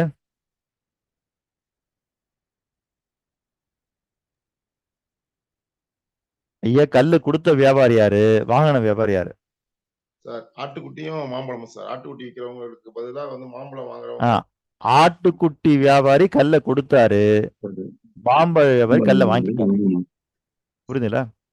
இப்போ இந்த டிரான்சாக்ஷனு அவங்களுக்குள்ளார அது வரைக்கும் பொய் புரட்டு அப்படிங்கிற விஷயம்லாம் உருவாகல. எப்போ உருவாகுதுன்னு பாருங்க. இப்போ நான் வந்து எப்பயுமே என்ன பண்றேன், என்னுடைய தேவையை பூர்த்தி பண்றதுக்காக கல்லை கொடுத்துட்டு மாம்பழத்தை வாங்கிட்டே இருக்கிறேன். ஓகேங்களா? அப்போ அவர்கிட்ட என்ன ஆகும், நான் அவர்கிட்ட இருந்து எத்தனை தடவை வாங்கணும் மாம்பழம் வாங்கணும், அத்தனை தடவை அவர்கிட்ட கல் இருக்கும். நான் ஒரு 8 தடவை அவர்கிட்ட இருந்து வாங்கியிருக்கேன்னா அவர்கிட்ட 8 கல் இருக்கும். அப்போ என்ன ஆகும்னு கேட்டீங்கன்னா, அடுத்தது அவர் 8 தடவை கல் கொடுக்கும்போதுலாம் நான் 8 தடவை ஆட்டுக்குட்டி கொடுக்கணும். இதுதான் கான்செப்ட். ஒரு வருஷம் என்ன ஆகுதுன்னா, ஏதோ மழை பொய்த்து போகுது, இல்லை ஏதோ ஒன்று நடக்குது, இப்போ மாம்பழம் விளையில. இப்போ அவர் என்னங்கிட்ட என்ன கொடுக்கணும், மாம்பழத்தை கொடுத்துட்டு ஆட்டுக்குட்டி வாங்கணும். ஆனா இப்போ அவர்கிட்ட கொடுக்கறதுக்கு மாம்பழம் இல்லை. அதனால அவர் என்ன பண்ணாருன்னா ஒரு பொய்யை கிரியேட் பண்றாரு. என்னன்னா, நான் 8 தடவை கொடுத்துட்டு கல்லு கொடுத்துட்டு 8 தடவை வாங்கின மாம்பழம் இருக்கு இல்லையா, அந்த கணக்குல அவரு இன்னொரு 4 கல்லை சேர்த்துக்கிறாரு. ஏன்னா கல்லு தானே எங்க இருந்தாலும் கிடைக்கும் இல்லையா, அப்ப சேர்த்துக்கிறாரு. இப்போ 12 கல்லாகி போச்சு அவர்கிட்ட. ஆனா எனக்கு என்னதுங்களா, இவ்வளவு நாள் இருந்த டிரான்சாக்ஷன்ல ஒன்றும் தெரியல எனக்கு. ஆனா இப்போ எங்களுக்கு வர வேண்டியது வராமலே ஏதோ ஆட்டுக்குட்டி மட்டும் குறைஞ்சிக்கிட்டே இருக்குதுன்னு மட்டும் தெரியுது. புரியுதுங்களா? சார் புரியல சார். பொறுத்த வரைக்கும் அந்த பக்கம் காய் காய்க்கல சார். இன்னொரு வாட்டி சார். அந்த சார் இப்போ நான் என்ன பண்ணேன், ஒரு உங்ககிட்ட இருந்து மாம்பழம் வாங்கும் போதெல்லாம் ஒரு கல் கொடுக்குறேன் சார். புரியுதுங்களா?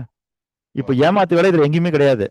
உங்ககிட்ட 8 கல் இருக்குது, சரிங்களா? எப்ப நீங்க கொடுத்தாலும் நான் 8 ஆட்டுக்குட்டி கொடுக்க போறேன், அப்படி வச்சுக்கோங்க. ஓகேங்களா? அப்போ ஒரு கல் டிரான்சாக்ஷன் பண்ணா நான் அதுக்கு ஆட்டுக்குட்டி தரணும். ஓகேங்களா? ஆனா உங்ககிட்ட எத்தனை கல் இருக்குன்னு எனக்கு தெரியாது. நீங்க கல் கொடுத்தீங்கன்னா நான் ஆட்டுக்குட்டி கொடுப்பேன். இப்படி வச்சுக்குமே. ஏன்னா அது ஒரு யூனிக் ப்ராடக்ட் கிடையாது, சரிங்களா? அது ஒரு யூனிக்கான ப்ராடக்ட் கிடையாது. நான் சும்மா கல்லு தானே, அது எங்க வேணாலும் கிடக்கும் இல்லையா, அதனால டக்குன்னு எடுத்து கொடுக்குறேன் நான். அந்த மாதிரி கொடுத்துட்டு நான் 8 தடவை ஆட்டுக்குட்டி வாங்கிட்டேன் சார். இப்போ இந்த வருஷம் உங்களுக்கு வந்து என்னன்னா, மழை பொழிச்சு போச்சு, இல்ல காத்தடிச்சது, அதுவாச்சு இதாச்சு, மாம்பழமே விளையல, சரிங்களா? இப்போ ஏமாத்து வேலை எங்க ஸ்டார்ட் ஆகுதுன்னா இந்த இடத்துல தான். அப்போ உங்ககிட்ட மாம்பழமே விளையல, ஆனா உங்களுக்கு ஆட்டுக்குட்டி வேணும்ல. அப்ப நீங்க மாம்பழமே கொடுக்காம ஆட்டுக்குட்டி கொடுப்பனா? சிவபலன் ஐயா, புரியுதுங்களா? புரியுது சார், புரியுது சார். நீங்க ஆட்டுக்குட்டியே கொடுக்காம, இது நீங்க மாம்பழமே கொடுக்காம நான் ஆட்டுக்குட்டி தரமாட்டேன். ஆனா உங்ககிட்ட ஏற்கனவே 8 கல் இருக்குது. இப்போ நீங்க என்ன பண்றீங்க, இந்த வருஷம் மாம்பழம் விளையில பொய்த்து போச்சுன்னா கூட நீங்க அதை மறைமுகமா என்ன பண்றீங்கன்னா, அதை சரி கட்டுறதுக்காக எங்க இருந்தோ கிடக்கிற இன்னொரு 4 கல்லையும் கொண்டாந்து அது கூட சேர்த்து வச்சுக்கிறீங்க. புரிஞ்சுங்களா? இப்போ நீங்க கல்லை கொடுத்து ஆட்டுக்குட்டி வாங்கும் போதெல்லாம் இப்போ எனக்கு என்ன தெரியுமா தெரியுது, ஏதோ ஈக்குவல் ஆகாத மாதிரி தெரியுது. ஏன்னா ஏதோ ஒரு நான் ஃபீல் பண்றேன். என்ன ஃபீல் பண்றேன் அப்படின்னா, என்ன நம்ம ஏதோ வாங்கினதை விட அதிகமா கொடுக்குற மாதிரி தெரியுதுன்னு நான் ஃபீல் பண்றேன். ஓகேங்களா ஐயா? புரியுதுங்களா ஐயா? புரியுது சார், புரியுது சார். அப்பதான் எனக்கு என்ன தேவைப்படுதுன்னு கேட்டீங்கன்னா, அப்ப நான் கொடுக்குற பொருள் இருக்கு இல்லையா, அந்த பொருள் ஏதாவது வகையில யூனிக்கா இருக்கணும்னு அப்பதான் நான் யோசிக்கிறேன். ஏன்னா நான் சாதாரணமான கல் கொடுத்தா நீங்க சாதாரணமா அதை கொடுத்துட்டு என்ன பண்ணுவீங்க, இது நீ கொடுத்தான்றீங்க, நான் அது எந்த நிரூபணமும் பண்ண முடியறது இல்ல.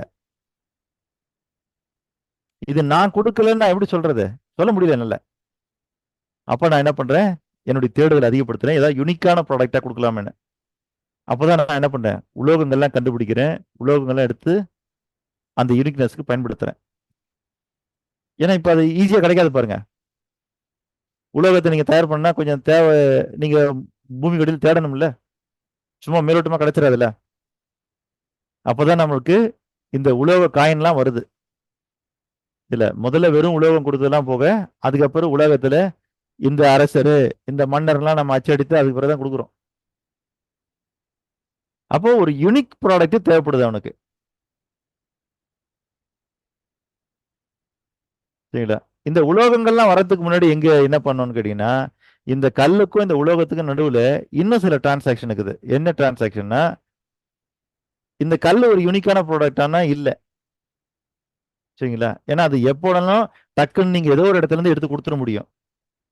அதுக்கு பிறகு என்ன ஆச்சுன்னா, இந்த டிரான்சாக்ஷன்ல அவனுக்கு இந்த உலகத்தினுடைய முதல் பணம், யூனிக்கான பணம் எதுன்னு கேட்டீங்கன்னா உப்பு தான்.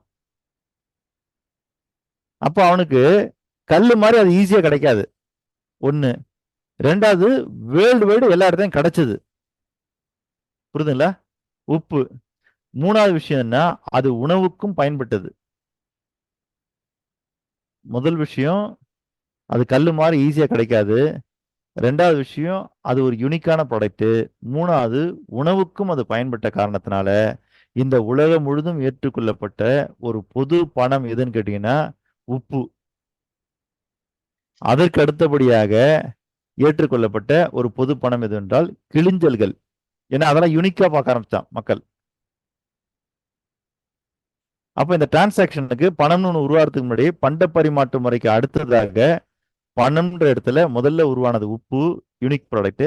அதுக்கு பிறகு உருவான யூனிக் ப்ராடக்ட் தான் வந்து கிளிஞ்சல். இதெல்லாம் மனிதனால உற்பத்தி பண்ண முடியாது, இதெல்லாம் இயற்கையில தான் கிடைக்கும் அப்படின்னா அந்த யூனிக்கா எடுத்துக்கிட்டான்.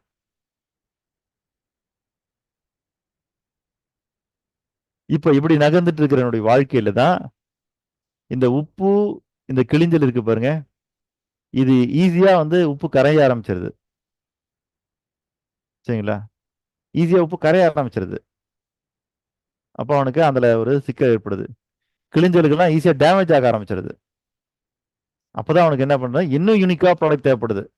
அப்படிலாம் வந்தா தான் அப்புறம் உலோகங்கள். சார் ஒரு கேள்வி சார். சொல்லுங்கய்யா. பசியை தான் நம்ம அளவா வச்சு நம்ம கொடுத்துட்டு இருக்கோம். இப்போ வந்து நம்ம உப்பை வந்து நம்ம வந்து ஒரு பொது பொருளா எடுக்கும் போது அதுக்கு எப்படி சார் ஒரு அளவீடு வச்சிருக்க முடியும்? இல்ல அதாங்க ஐயா, அதுக்குள்ள அவன் வந்து பொருள் எல்லாம் நிறைய கண்டுபிடிக்க ஆரம்பிச்சுட்டான். அதுக்கு பிறகு அவன் அளவீடுகள்லாம் அளக்க ஆரம்பிச்சுட்டான். சரிங்களா? அதுல இப்ப உப்புன்னு வச்சுங்க, இப்ப நம்ம எப்படி மரக்கால போட்டு அளக்குறோம் இல்லையா, அந்த மாதிரி அளந்து கொடுக்க ஆரம்பிச்சிட்டான். யூனிக்கான பொருளா முதல்ல ஏத்துக்கிட்டாங்க, அப்புறமா அதை மாத்திக்கிட்டாங்க. என்ன சார்? யூனிக் அதாவது ஈஸியா கிடைக்காத பொருள். ஆமா, அந்த மாதிரி. Right sir. இல்ல நம்ம வந்து ஒரு கல்லுன்னு வச்சீங்கன்னா ஒரு அளவீடு இருக்கும். உப்புங்கும் போது கல்லு வந்து ஈஸியா கிடைக்குது, மாத்திடுறாங்க, கோல்மால் பண்றாங்க. உப்பு வந்து உடனே கிடைக்காதுல்ல. அப்படி வச்சுக்கணும். Right right. அந்த மாதிரி. புரியுதுங்களா? உப்பை அளக்கும் முதல் கருவி கை தான். ஒரு கை, 2 கை, 3 கைன்னு போட்டிருக்காங்க. இல்ல அதான், அதுக்கு பிறகு அவன் வந்து எண்ணிக்கையில கத்துக்க ஆரம்பிச்சிட்டான். அப்புறம் நான் கவுண்டிங் பண்ண ஆரம்பிச்சிட்டான். சரிங்களா? அப்போ அவன் வந்துன்னா அளவு அதை சொல்ல, இப்ப எப்படி மரக்காலெல்லாம் எப்படி அளக்குறோமோ அந்த மாதிரி அவன் ஏதோ ஒன்றத்துல வச்சு முதல்ல அளக்க ஆரம்பிச்சிட்டான். அப்ப உப்பு ஈஸியா கிடைக்காதுல்ல. அப்ப அது கொஞ்சம் காலமாவது வெயிட் பண்ணணும் இல்லையா? அப்ப உடனடியா நீங்க தயார் பண்ணி தர முடியாது பாருங்க. அதுவும் அப்புறம் அந்த கிளிஞ்சல்களுக்கு பாருங்க, அதுவும் பொது பணமாக பயன்பட்டது. அப்புறம் காலப்போக்கில் என்னாச்சு, உலோகங்கள் வந்துச்சு. அப்புறம் உலோகங்களுடைய பயன்பாடுகளை அவன் அறியும் பொழுதுதான் தெரியுது, அதுக்கு மதிப்பு அதிகமா கொடுக்க ஆரம்பிச்சிட்டான். காரணம் என்னன்னா, அது உப்பு மாதிரி கரையாது, கிளிஞ்சல் மாதிரி உடையாது. ரெண்டாவது வந்து என்னன்னா, அதை வந்து நீங்க எவ்வளவு உலோகம் இருந்தாலும் நீங்க தேவைப்பட்டா அதை ஒரே பொருளா மாத்திக்க முடியும். புரியுதுங்களா? உங்ககிட்ட எவ்வளவு உலோகம் இருந்தாலும், இரும்பு இருக்குது 10 கட்டி தனித்தனியா இருந்தாலும் அது எல்லாத்தையும் உருக்கி ஒரே கட்டியா மாத்திக்க முடியும் உங்களால. அப்போ உலோகத்துக்கு பயன்பாடு அவன் பார்க்கும்போது அதுக்கு மதிப்பு அதிகமா கொடுக்க ஆரம்பிச்சிட்டான். அப்போ டிரான்சாக்ஷன் நிறைய ஆரம்பிக்குது உலோகத்தை பேஸ் பண்ணி. தெரியல, அதுலயும் ரொம்ப முக்கியமா அவன் பார்த்தது என்னன்னா, தங்கம்ங்கிற உலோகம் தான் இருக்கிறதுல ரொம்ப மதிப்பு வாய்ந்ததா காலப்போக்கில் மாற ஆரம்பிக்குது. அப்படி மாற ஆரம்பிக்கும் போது பண்ட பரிமாற்று முறையை அவன் எளிமைப்படுத்துக்காக என்ன பண்ணா, தங்க கட்டிகளை கொடுத்து அவன் இப்ப வியாபாரத்தை பண்றான். தங்க கட்டிகள் கொடுத்து. மறிக்கிறதுக்கு மணிக்கணும். தங்கத்துக்கு ஒரு அபியூரேஷன் சொல்லுங்களேன். என்ன சொல்லுங்க? தாங்கி எவ்வளவு வெப்பம்னாலும் தாங்குமா? தங்கம் அதாவது எவ்வளவு வெப்பத்திலையும் தங்கக்கூடிய காரணத்தினால் அது தங்கம். அது அளவீடு ஏதாவது இருக்கா டெம்பரேச்சர் அது அவ்வளவு தாங்குமா அது? தாங்குங்க ஐயா. அதாவது என்னன்னா மற்ற உலோகங்கள் எவ்வளவு தாங்குதோ அதை காட்டிலும் கூடுதலா தாங்கக்கூடியது. ஓகே, நன்றிங்க. ஏன்னா தங்கம் ஆவியாகணும்னா அதுக்கு பயங்கரமான வெப்பம் தேவைப்படுது. அவ்வளவு வெப்பத்தை நம்ம அவ்வளவு சீக்கிரம் உருவாக்கவே முடியாதுன்றாங்க. சரிங்களா? இப்ப இரும்பு கூட நீங்க காய்ச்சினீங்கன்னா அது ஆவியாக்கிற முடியும் நம்மளால. ஆனா தங்கத்தை ஆவியாக்குற அளவுக்கு நம்ம ஒரு நெருப்பு, அதாவது அந்த வெப்பத்தை கிரியேட் பண்ணா அது ரொம்ப பெரிய ப்ராசஸ்ன்றாங்க. அதனால என்னன்னா தாங்கி தங்குதுங்களா சார்? இல்லைங்கம்மா, அதாவது என்னன்னா நீங்க எவ்வளவு வெப்பநிலையை கூட்டிக்கிட்டே இருந்தாலும் அந்த வெப்பநிலையில அது கூட எது இருந்தாலும் எல்லாமே காணாம போய் வெப்பம் மட்டும் கடைசியா இது தங்கம் மட்டும் தங்கும். ஆனா இப்ப சொல்லும் போது பொருள் வேற மாதிரி சொல்றாங்கல்ல சார், அவர் சொக்க தங்கம் சொல்றாங்கல்ல, அதுக்கு வேற பொருள் போடுது இல்ல? எதுங்கய்யா? இப்போ யாரையாவது சொல்லணும்னா நல்லவங்கன்னு சொல்றதுக்கு அவர் சொக்க தங்கம்னு சொல்லுவாங்கல்ல, அதுக்கு வேற அர்த்தம் வருது இல்ல? சொக்க தங்கம் இப்ப பயன்பாட்டுல வராது. இல்ல அதான் ஐயா, அதாவது என்னன்னா இப்போ சொல்றதுக்கான காரணம் என்னன்னா இருக்கிற உலோகங்கள்லயே உயர்ந்த உலோகமா இப்ப நம்ம தங்கத்தை பார்க்க ஆரம்பிச்சிட்டோம். புரியுதுல்ல? இப்ப அதுக்கு என்ன கான்செப்ட் வந்துச்சு? உயர்ந்ததுன்ற கான்செப்ட் வந்துச்சா? Purity and goodness. இல்ல அதான் இப்போ அது வந்து உயர்ந்ததுன்னு வந்தாச்சு. அப்போ அந்த உயர்ந்தது காரணம் என்னன்னா அதனுடைய பியூரிட்டி தான். சரிங்களா? அப்போ ஒருத்தர் சொக்க தங்கம்னு சொன்னா என்ன அர்த்தம்னா 24 கேரட்னு அர்த்தம். ஓகேங்களா? இப்போ நம்ம அந்த சொக்க தங்கத்தை ஆபரணமா மாத்தணும்னா கொஞ்சம் கலப்பு பண்ணணும். என்ன கலப்பு பண்ணணும்? செம்பு கலக்கணும். அப்ப செம்பு கலக்க கலக்க என்ன ஆகுதுன்னா உங்களுக்கு தங்கத்தினுடைய குவாலிட்டி குறைய ஆரம்பிச்சிருது. புரியுதுங்களா ஐயா? அதுதான். அப்போ ஒருத்தரை பார்த்ததுன்னா 10 மார்க் தங்கம் அப்படின்னா அவரு சொக்க தங்கம் அர்த்தம், 24 கேரட்னு அர்த்தம். சரிங்களா? அப்ப என்ன அர்த்தம்னா அவருக்கு வந்துன்னா கலப்படமே இல்லாத மனுஷன்னு சொல்ல வரோம் நம்ம, வேற இல்ல. அதுக்குள்ள அந்த சூதுவாது கிடையாது, ஏமாத்தணுன்ற எண்ணம் கிடையாது. சரிங்களா? அப்படின்னு நம்ம என்ன பண்ணோம், தங்கம் எப்படி சொக்கமாக இருக்கின்றதோ தூய்மையாக இருக்கின்றதோ அதே மாதிரி தூய்மையானு சொல்றதுக்கு தான் நம்ம அதை சொல்றோம். சரி, ஓகே. இப்ப நம்ம பார்க்கறது தங்கம் வந்தாச்சு. சரிங்களா? தங்க கட்டிகள் வந்தாச்சு. தங்க கட்டியில கொண்டு போய் கொடுத்துட்டு என்ன பண்ணாங்க, இப்ப டிரான்சாக்சன் பண்ணாங்க. மக்கள் எல்லாம் நிம்மதியா பண்ணிட்டு இருக்காங்க. ஆனா இந்த தங்கத்தையும் உற்பத்தி பண்ண முடியாம, பொருளையும் உற்பத்தி பண்ண முடியாம, ஆடு மாடுகளையும் வளர்க்க முடியாம, சரிங்களா, சும்மாவே மத்தவனுடைய கிட்ட வந்து புடுங்கி புடுங்கி தின்னு வாழ்ந்தான் பாருங்க. சரிங்களா? மத்தவங்க கிட்ட இருந்து அடிச்சு புடுங்கி வாங்கி வாழ்ந்துட்டு இருந்தான் பாருங்க. அவனுக்கெல்லாம் இப்ப என்ன ஆகி போச்சுன்னா இந்த தங்கம் டிரான்சாக்சன் ஆகும்போது ஈஸியா அவனை அடிச்சு பிடிச்சி தங்கத்தை வாங்கிட்டாங்க. இப்போ தங்கம் வந்து எந்த அளவுக்கு ஒரு நல்ல டிரான்சாக்சனுக்கான ஒரு பொருளா இருந்ததோ அந்த அளவுக்கு டிரான்சாக்சன் பண்றவங்களுக்கு தங்கம் வந்து இப்ப பெரும் தலைவலியா மாறிடுச்சு. அப்பதான் என்ன பண்ணாங்கன்னா இந்த சந்தைப்படுத்துற இடத்துல, சரிங்களா, முதல்ல வந்துன்னா இதுக்கெல்லாம் என்ன பண்றதுன்னு தீர்வு யோசிக்கிறாங்க. யோசிக்கும் போது அதுக்கு ஒருத்தன் தீர்வு கொண்டு வரான். என்ன கொண்டு வரான்னா, நீங்க இனிமேல் எடுத்துக்கிட்டு அதை தெரிய வேண்டாம், ஒவ்வொரு தடவையும் அதை கொடுத்து டிரான்சாக்சன் பண்ணோம்னா, ஏன்னா உங்க கையில இருந்து புடிங்கிட்டு போயிடறாங்கல்ல. ஏன்னா தங்கம் பயங்கர வெயிட், நம்ம பாக்குறோம்ல, பயங்கர வெயிட். யார் தங்கம் வச்சிருக்காருன்ற ஈஸியா கண்டுபிடிச்சிடலாம் மார்க்கெட்ல.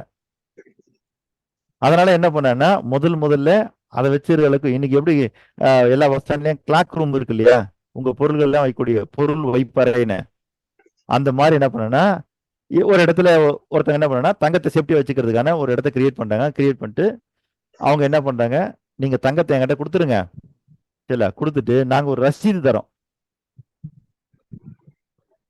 இல்ல, இந்த ரசீதை கொண்டு போய் நீங்க யார்கிட்ட கொடுக்குறீங்களோ அவங்க அந்த ரசீதை கொண்டாந்து கொடுத்தாங்கன்னா நாங்க தங்கத்தை கொடுத்துருவோம். புரிஞ்சுங்களா? நாங்க தங்கத்தை வாங்கி வச்சுக்குவோம். அதாவது இப்ப அடைக்கடை மாதிரின்னு வச்சுங்களேன், அடைக்கடையில் எப்படி வாங்கி வச்சு ரசீது கொடுக்குறாங்க, அந்த மாதிரி வாங்கி வச்சுட்டு ரசீது கொடுப்பாங்க. இந்த ரசீதை கொண்டு போய் நீங்க கொடுத்துட்டீங்கன்னா அந்த ரசீதோட யார் வராங்களோ அவங்களுக்கு தங்கத்தை கொடுத்துருவோம். சரி, இதுக்கு நாங்க என்ன பண்ணணும் அப்படின்னு கேட்குறாங்க. நீங்க ஒன்றும் பண்ண வேண்டியதில்லை, நீங்க என்ன உணவு பண்றீங்களோ அதுல எனக்கு கொஞ்சம் கொடுங்க. இதான் கமிஷன், ஃபர்ஸ்ட் கமிஷன் ஏஜென்ட் உருவாகிறது விதம். ஏன்னா நானும் பிழைக்கணும் இல்லையா, நான் இதெல்லாம் பார்த்துட்டு இருக்கிறேன்னு நான் போய் எதுவும் செய்ய முடியாது. நான் எதுவும் செய்ய முடியும்போது எனக்கு ஜீவனம் பண்ணணும் இல்லையா, அப்ப எனக்கான உணவு கொஞ்சம் கொடுத்துட்டு நீங்க இதை வாங்கிட்டு போங்க, இதுதான் கமிஷன். இப்படி உருவாகுது. அப்புறம் காலப்போக்கில் அந்த டிரான்சாக்சனுக்கு வந்தோம்னா ஒரு பகுதியாக தங்கத்தையே கொடுக்க ஆரம்பிச்சாங்க. அது ஒரு விஷயம். இப்படி இந்த ரசீது வெளியில போகுது, சரிங்களா? இங்க தங்கம் இருக்குது. இப்ப கணக்கு என்ன தெரியுங்களா? ஒரு கட்டி தங்கம் அங்க இருந்ததுன்னா ஒரு ரசீது வெளியில இருக்குன்னு அர்த்தம். அப்ப அவங்க கிட்ட 100 கட்டி தங்கம் இருந்ததுன்னா 100 ரசீது வெளியில இருக்குன்னு அர்த்தம். இப்ப இவனும் என்ன பண்றான்? நிறைய சம்பாதிக்கணும்னு ஆசை வருது. இவனுக்குள்ளாரையும் ஒரு ஆசை வந்தோன்னா இவனும் என்ன பண்ணான்னா இன்னொரு விஷயத்தை கவனிக்கிறான். என்ன கவனிக்கிறான்னா, முதல்ல ஒரு வியாபாரி என்ன பண்ணான்னா இங்க கட்டி வச்சுட்டு போய் மார்க்கெட்ல அந்த ரசீது கொடுத்துருவாரு. அந்த வாங்கின ஆள் இருக்கா பாருங்க, அவர் மீண்டும் வந்து இங்க இருந்து அந்த கட்டியை எடுத்துட்டு போயிடுவாரு. திரும்ப அவர் எப்போ டிரான்சாக்ஷன் பண்ண போறோம் அப்ப திரும்ப கொண்டாந்து கட்டியை கொடுத்துட்டு ரசீது கொண்டு போய் கொடுப்பாரு. புரியுதுங்களா? சிஸ்டம் என்னன்னு புரியுதா? தங்கத்தை இங்க வைக்க வேண்டியது, ரசீது கொண்டு போய் கொடுக்க வேண்டியது. வாங்கினவர் தங்கத்தை வந்து விட்ரா பண்ணிட்டு போயிட்டு திரும்ப எப்போ அவர் பிசினஸ் பண்ணணுமோ அப்ப திரும்ப தங்கத்தை கொண்டாந்து கொடுத்துட்டு திரும்ப வாங்கிட்டு இருந்தார். இதனால மக்கள் பார்த்து என்னன்னா, ஒரு பொருளை எடுக்கிறது ஒரு தடவை வைக்கிறதுக்கு ஒரு தடவை நம்ம போகும்போது 2 தடவை டிரான்சாக்ஷன் பண்றோம், அதனால அவனுக்கு 2 கூலி தர வேண்டியது இருக்குது, அதுக்கு பதிலாக நம்ம எப்படி பண்ணிடலாம் அப்படின்னு ஒரு முடிவு பண்றான். சொல்லுங்க ஐயா. சார் இந்த ரசீது இதெல்லாம் வந்து 19ஆம் நூற்றாண்டு 18ஆம் நூற்றாண்டு இல்ல எப்போ பேப்பர் அடிக்க ஆரம்பிச்சாங்க? 15ஆம் நூற்றாண்டுல நம்ம பேசுனது வந்து பொருளை நேரடியா மாத்திக்கிறது வந்து ரொம்ப ஒரு 2000க்கு முன்னாடி உள்ள காலகட்டங்களா இருக்கணும். அதுக்கப்புறம் வந்து உப்பு கிழிச்சல் அதுவும் வந்து அப்பெல்லாம் பேப்பரே பயன்பாட்டுக்கு வராது.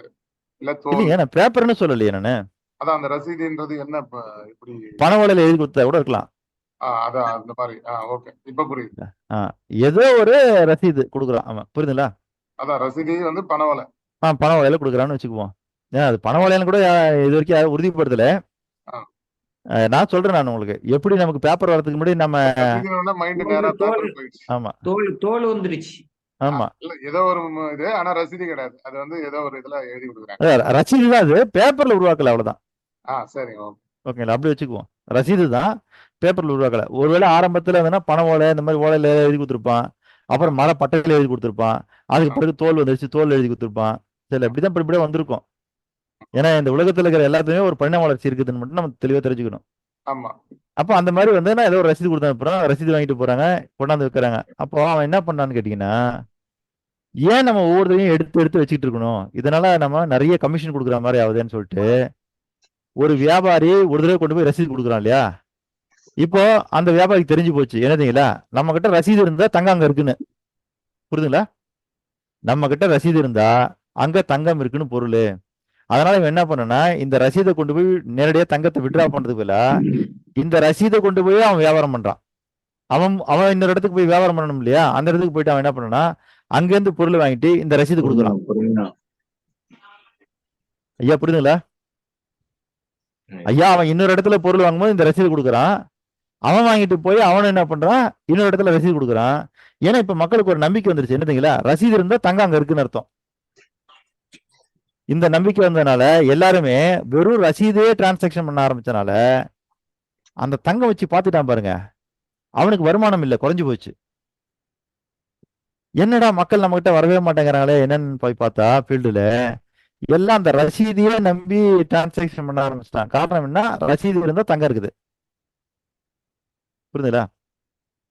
இவன் கொடுத்த ரசீது இருந்ததுன்னா அங்கே தங்கம் இருப்பதாக பொருள். அதனால அவங்க என்ன பண்றாங்க, அதே நம்பிக்கையில பண்ணிட்டு இருக்கனால இப்போ எவன் ரசீது கொடுத்தானோ அவனுக்குள்ளார சரிங்களா ஒரு குறுக்கு புத்தி உருவாகுது. என்ன அந்த குறுக்கு புத்தினா, மக்கள் எல்லாம் வந்து தங்கத்தை எடுத்துட்டு போவாமலே நம்ம ரசீதை வச்சு பிசினஸ் பண்ண ஆரம்பிச்சிட்டாங்க. ஆனா மக்கள் இப்படி வராம இருந்தா நமக்கு வருமானம் இல்லையே, என்ன பண்றதுன்னு அவன் யோசிக்கிறான். இப்போ அவனுக்கு தெரியும் நம்ம கிட்ட 1000 தங்க கட்டி இருக்குது, அப்போ மார்க்கெட்ல 1000 ரசீது இருக்கும்.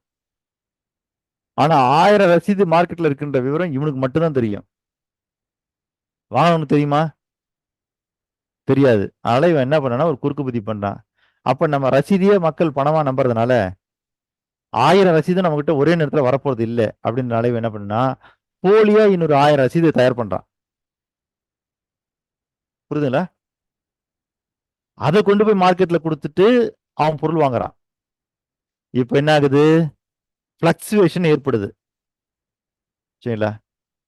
என்னடா நம்ம கிட்ட இருக்கிற தங்கத்துக்கும் இங்க இருக்கிற பொருள் டிரான்சாக்ஷன் ஆகிறதுக்கும் ஏதோ பிரச்சனை நடக்குதுன்னு மக்களுக்கு புரியுது. இப்போ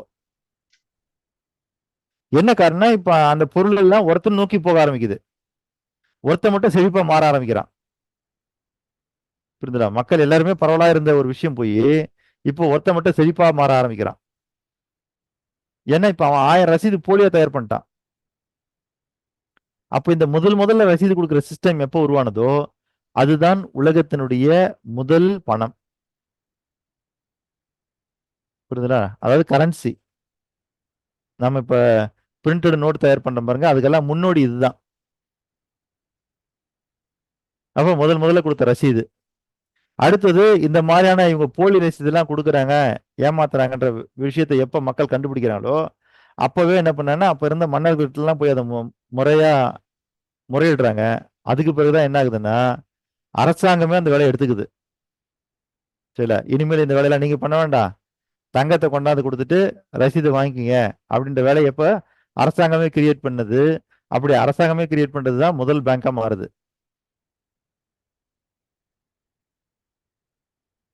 புரிஞ்சுச்சுங்களா? அதுக்கு பிறகுதான் வந்து அரசாங்கத்துல அரசருடைய படம் போட்ட நாணயங்கள் அப்படி இப்படின்னு தயார் பண்றாங்க. பலதெல்லாம் அப்புறம் வருது. சரி, இது எல்லாமே வந்து என்னன்னா ஒரே நாள் நடக்கல, பல லட்சம் ஆண்டுகள் கேப் இருக்குது, பல கோடி வருஷங்கள் கேப் இருக்குது, அப்படிதான் அது உருவாயிருக்குது. சொல்லுங்க அருணகிரி சார். அதான் சார், அந்த காலகட்டம் தான் முதல் பேங்க், முதல் பணம், அது அந்த காலகட்டங்கள். இந்த முதல் பணம் திரும்ப ஒரு முறை சொல்லுங்க. அது எந்த காலகட்டத்துல முதல் பணம் வந்து அப்படி கன்சிடர் பண்ணிக்கலாம் நம்ம? அதாங்கய்யா, முதல்ல இப்படி வந்து தங்கத்தை வச்சுக்கிட்டு அதுக்கு பதிலா ஒரு ரசீது கொடுத்தாங்க பாருங்க, அதுதான் முதல் பணம். அந்த ரசீது இப்படி இந்த தங்கத்தெல்லாம் வச்சு இந்த தங்கத்தெல்லாம் வச்சு பாதுகாத்துக்கிட்டாங்க பாருங்க, கிளாக் ரூம் மாதிரி, அதுதான் முதல் பேங்கிங் சிஸ்டம். இல்ல சார், அந்த ரசீது தான் முதல் பணம், கரெக்ட்டுங்களா? தங்கத்தை வாங்கிட்டு கொடுத்ததுதான் முதல் பணம்.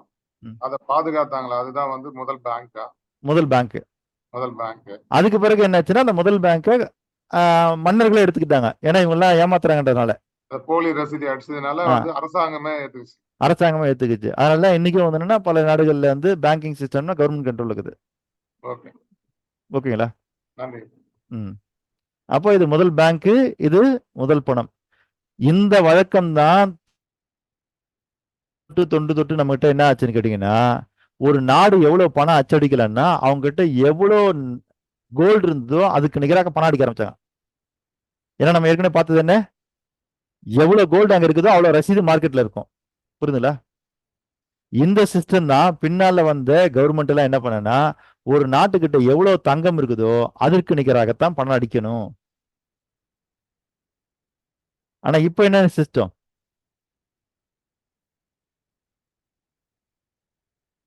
அருணகிரியா, இப்ப என்னங்க சிஸ்டம்?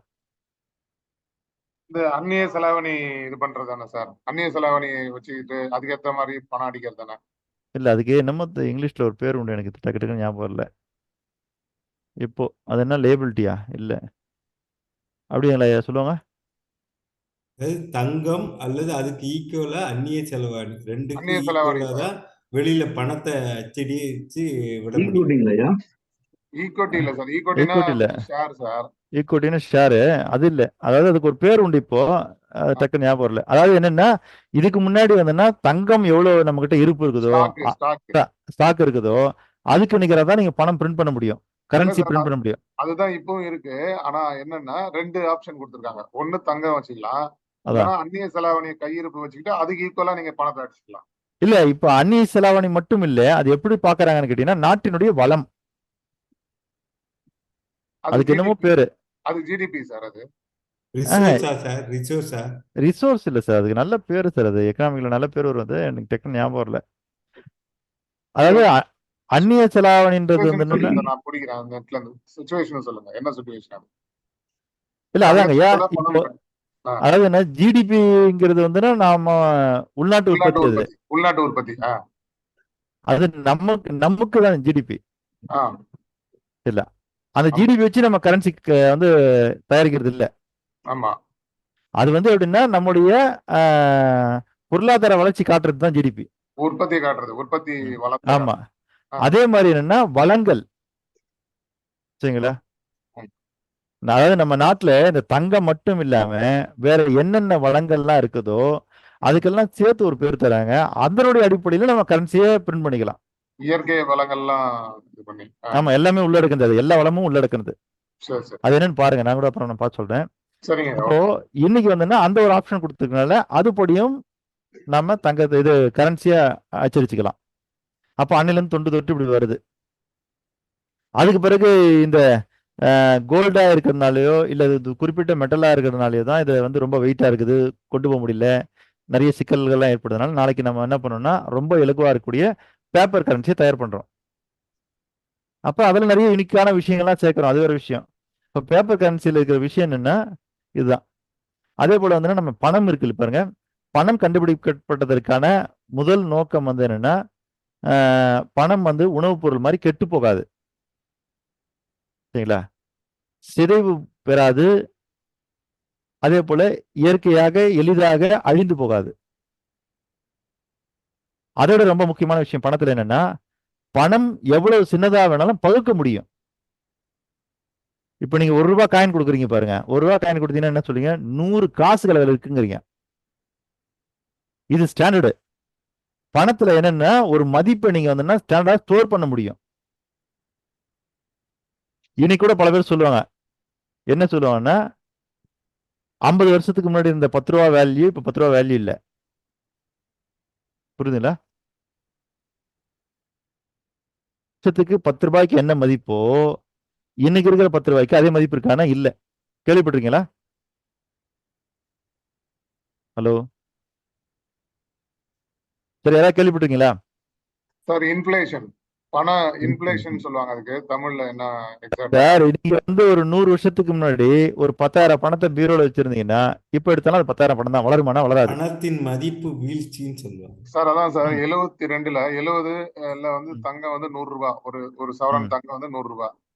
இப்ப இன்னைக்கு வந்து 50,000 60,000 கிட்ட வருது. ஆமா. அப்ப வந்து அன்னைக்கு இருந்த ₹100 மதிப்பு வந்து ஒரு சவரன் வாங்கிடலாம்.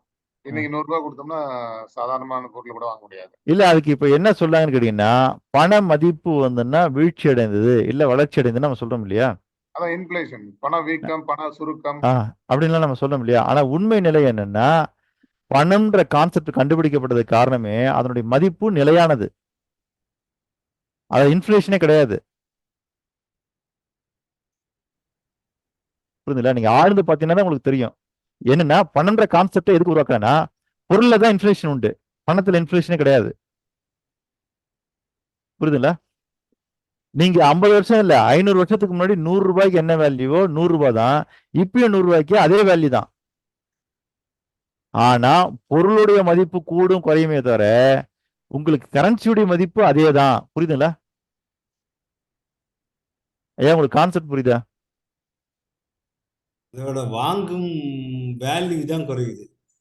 இல்லைங்கய்யா, பொருளோட வேல்யூ தான் மாறிடுச்சு, கரன்சியுடைய வேல்யூ மாறவே இல்லை. கரெக்ட். ₹100 மதிப்பு அன்னைக்கு ₹100 தான், இன்னைக்கு ₹100 தான். ஆனா அன்னைக்கு நீங்க ₹100 வாங்கின பொருள் வேற, இன்னைக்கு நீங்க ₹100 வாங்குற பொருள் வேற. புரியுதுங்களா? அப்போ பொருளோட மதிப்பு தான் கூடும் குறையுமே தவிர பணத்தினுடைய மதிப்பு கூடவும் குறையாது.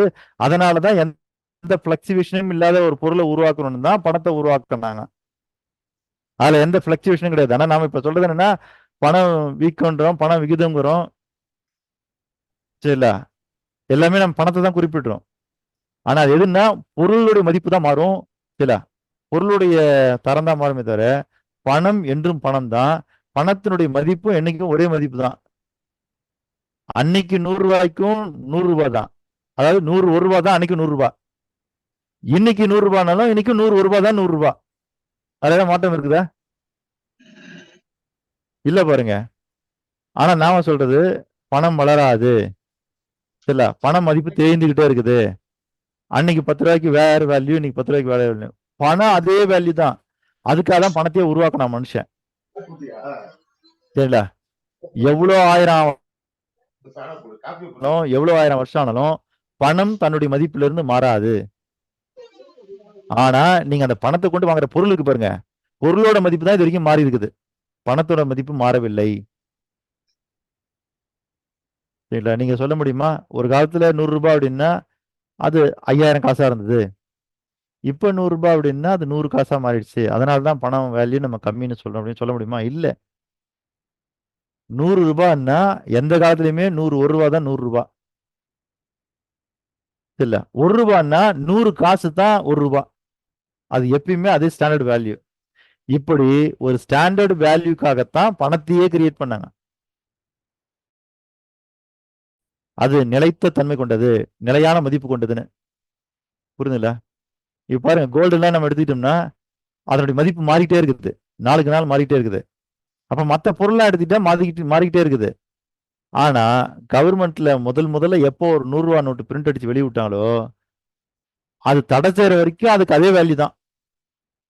அது எவ்வளவு வருஷம் ஆனாலும் சரி. அந்த ₹100 நோட்டு கொண்டு போய் கொடுத்துட்டு நீங்க ₹200, ₹300, ₹500 சொல்ல முடியுமானா முடியாது. அது எப்பயுமே ₹100 தான். அந்த மாதிரி அந்த நிலைத்த தன்மைக்கான மதிப்புக்காக தான் அது கிரியேட் பண்ணப்பட்டது. புரிஞ்சுங்களா ஐயா? புரிஞ்சுங்களா? அப்போ பணம் தன்னுடைய மதிப்பை கூட்டிக் கொள்வதும் இல்லை, குறைத்துக் கொள்வதும் இல்லை, இழப்பதும் இல்லை. இதுதான் நம்ம புரிஞ்சுக்க வேண்டிய மிக முக்கியமான அம்சம். பணம் தன்னுடைய மதிப்பை கூட்டிக் கொள்ளவும் இல்லை, குறைத்துக் கொள்ளவும் இல்லை, இழப்பதும் இல்லை. என்னைக்கு அரசாங்கம் இந்த பணம் செல்லாதுன்னு சொன்னாலோ அப்ப நாம என்ன செய்யணும்னா அதுக்கு என்ன பேருன்னா பண மதிப்பிழப்பு நடவடிக்கை.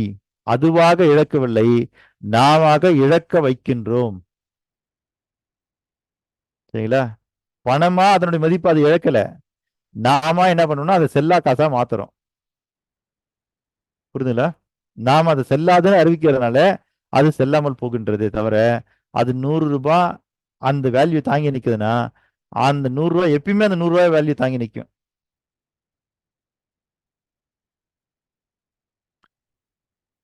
அதனால்தான் நீங்க வந்து ஆக்ஸ்போர்ட் டிக்ஷனரி எடுத்து பார்த்தீங்கன்னா அதுல இருக்கக்கூடிய பணம் அப்படின்னா மணி அப்படின்னா என்ன அப்படின்னு பொருள் இருக்குன்னா மீடியம் ஆஃப் எக்ஸ்சேஞ்ச் அப்படின்னு இருக்கும். ஆகவே பண்ட பரிமாற்று முறையில பண்டமே பரிமாற்று முறைக்காக பயன்பட்டது. ஆனா இப்ப நம்ம என்ன பண்ணோம்னா பரிமாற்று முறைக்காக பயன்படுத்தி கொள்ளக்கூடிய ஒரு பொருள் மீடியமா இருக்கிறது, ஊடகமாக.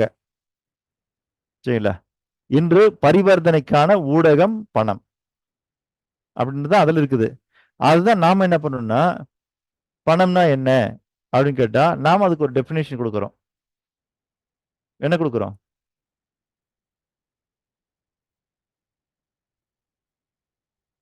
நாம என்ன சார் டெஃபினேஷன் கொடுக்குறோம் பணத்துக்கு? அவ்வளவுதான், மறந்துட்டோம்னா நம்ம எப்படி அப்புறம் அடுத்தடுத்து போறது? வாழ்க்கை நம்பிக்கை முறை இல்ல, நம்ம அதுக்கு ஒரு ஒட்டுமொத்த மனித இனத்தின் நம்பிக்கை அமைப்பு முறையே பணமாக செயல்படுகிறது அப்படின்னு நம்ம சொல்றோமா இல்லையா? நம்பிக்கை அமைப்பு முறையே பணம். அப்ப அதுக்கு ஒரு டெஃபினேஷன் நம்ம தரோம். புரியுதுங்களா? அப்போ மத்தவங்க கொடுக்குற டெஃபினேஷன் வேற, நம்ம கொடுக்குற டெஃபினேஷன் வேற. அச்சடிக்கப்படாத பணம் தான் நம்பிக்கை, அச்சடிக்கப்பட்ட நம்பிக்கை தான் பணம். ஓகேங்க, சிறப்பு. சரி, இப்போ நமக்கு வந்து எப்படி பணம் உருவானதுன்னு ஒரு கான்செப்டுக்கு வந்தாச்சு. இப்போ நமக்கு தெரியுது. அப்போ ஒரு தொழில் எப்படி உருவாச்சுன்னு நமக்கு தெரிஞ்சு போச்சு. இப்படிதான் தொழில்கள் உருவானது. அப்போ இன்னைக்கு ஒரு தொழில் எப்படிதான் உருவாகுது? அடுத்தவருடைய தேவைகளை தீர்ப்பதற்காக, அடுத்தவருடைய பிரச்சனைகளை தீர்ப்பதற்காக எந்த ஒரு தொடர் செயல் நடவடிக்கை ஏற்பட்டாலும் அது தொழிலாக மாறிவிடும். புரிஞ்சுங்களா?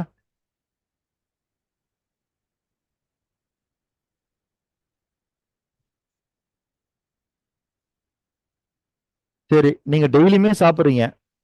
டெய்லியுமே சாப்பிட்றோம், நம்ம எவ்வளோ வருஷமா சாப்பிட்றோம். என்னைக்குமே நம்ம சாப்பிட்றது தொழில்னு சொல்லலையே.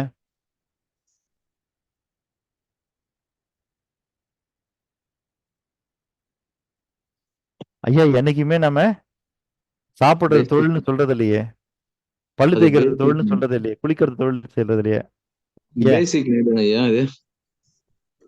இல்லைங்க, பேசிக் நீடா இருக்கட்டும், அது ஏன் நம்ம தொழில்னு சொல்லல? தொடர்ந்து செய்யறது தொழில்னு சொல்லியிருக்கோம். ஆனா அதுல இதெல்லாம் தொடர்ந்து செய்யறதானே? இல்ல, அது இதெல்லாம் விதிவிலக்கு இல்ல. இல்ல, அதுதான் நம்ம பார்க்கணும். தொடர்ந்து செய்வது தொழில். ரெண்டாவது நீங்க கவனிக்க வேண்டிய விஷயம், அடுத்தவங்களுக்காக செஞ்சதான் தொழில்.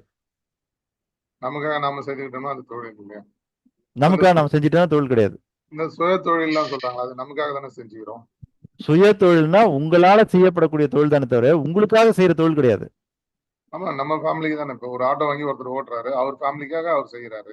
இல்ல சார், நீங்க ஆட்டோ வாங்கி ஓட்டுறீங்க, ஆனா ஆட்டோல எப்பயுமே நீங்களும் உங்க ஃபேமிலி மட்டும் தான் டிராவல் பண்றீங்களா? இல்லையே மத்தவங்களுக்கு அடுத்தவங்களுக்கு தான் ஓட்டுறீங்க நீங்க. ஓகே ஓகே புரியுதுல? அதுல இருந்து பணம் வர்றதுதான் உங்களுக்கானது. சரி. நீங்க ஆட்டோ வாங்கி ஓட்டுறது அடுத்தவங்களுக்காக. புரிஞ்சுதா இப்போ? ஓகே. அதுல இருந்து வர பணம் தான் உங்களுக்காக. இப்போ நான் மளிகை கடை வச்சிருக்கேன்னு வச்சுங்க, எங்க வீட்டுல டெய்லி சமைச்சு சாப்பிட்றதுக்கு நான் மளிகை கடை வச்சிருக்கேன் கிடையாது. நான் ஒரு இளநீ கடை வச்சிருக்கேன், டெய்லி நான் குடிச்சு உடம்ப கூல் பண்றதுக்கு இளநீ கடை வைக்கிறேன். அதே என் வீட்டு தென்னை மரத்துல இளநீ இருக்கும், நான் வீட்டுல மூலையில வந்துன்னா இளநீ கடையில் இருக்கிற மாதிரியே வெட்டி போட்டு வச்சிருப்பேன், நான் தினமும் வெட்டி குடிப்பேன். ஆனா வீட்டுக்குள்ள குஞ்சு இருக்கிற அந்த இளநீக்கு இளநீ கடைன்னு பேர் இருக்குதானே? கிடையாது. அதை யாராவது தொழில்னு சொல்லுவாங்கன்னா சொல்ல மாட்டாங்க. காரணம் எனக்காகவே நான் குடிக்கிறேன். புரியுதுங்களா ஐயா? அப்போ தொழிலுடைய முக்கிய அங்கத்தை நீங்க பார்க்கணும். தொழில் என்பது தொடர்ந்து நடக்கணும் ஒண்ணு, ரெண்டாவது அது அடுத்தவங்களுக்காக இருக்கணும். அப்பதான் அதுக்கு பேர் தொழில். ஓம்குமார் சார் புரிஞ்சுங்களா? ஏன்னா தியானத்துல இருந்தனால நீங்க புரியாம போடக்கூடாது, அதுக்குதான். அப்போ தொழிலுடைய நம்ம முக்கிய அம்சமே புரிஞ்சுக்க வேண்டியதுன்னா, ஒன்று அது தொடர்ந்து நடக்கணும், ரெண்டாவது அடுத்தவங்களுக்காக இருக்கணும். அப்பதான் அதுக்கு பேர் தொழில்.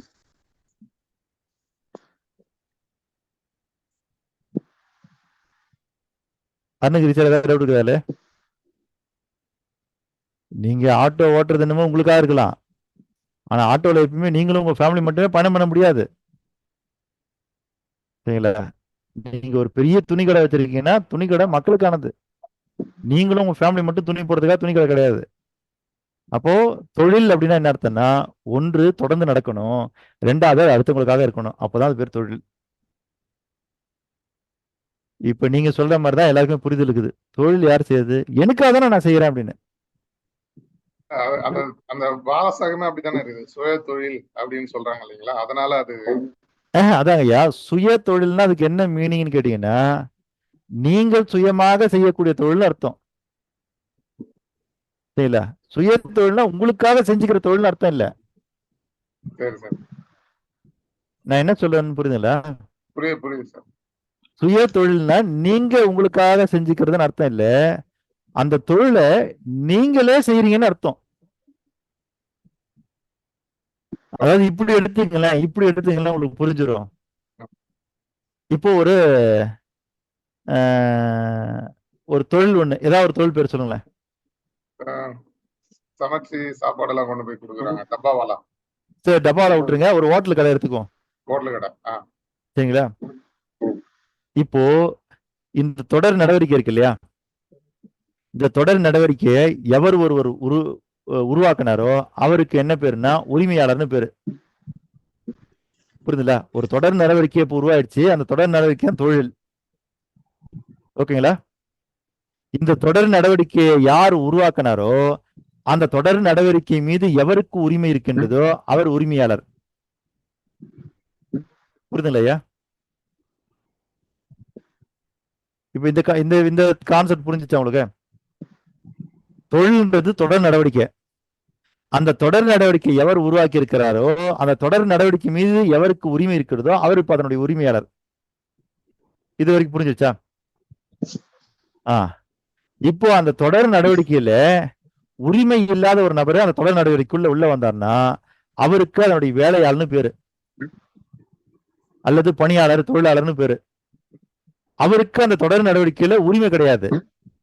சரிங்களா? அவருக்கு அவருக்கு உண்டான வேலை மட்டும் அவர் செய்வாரு, அதுக்கான கூலியை அந்த உரிமையாளர் கொடுத்துருவாரு. புரியுதுங்களா?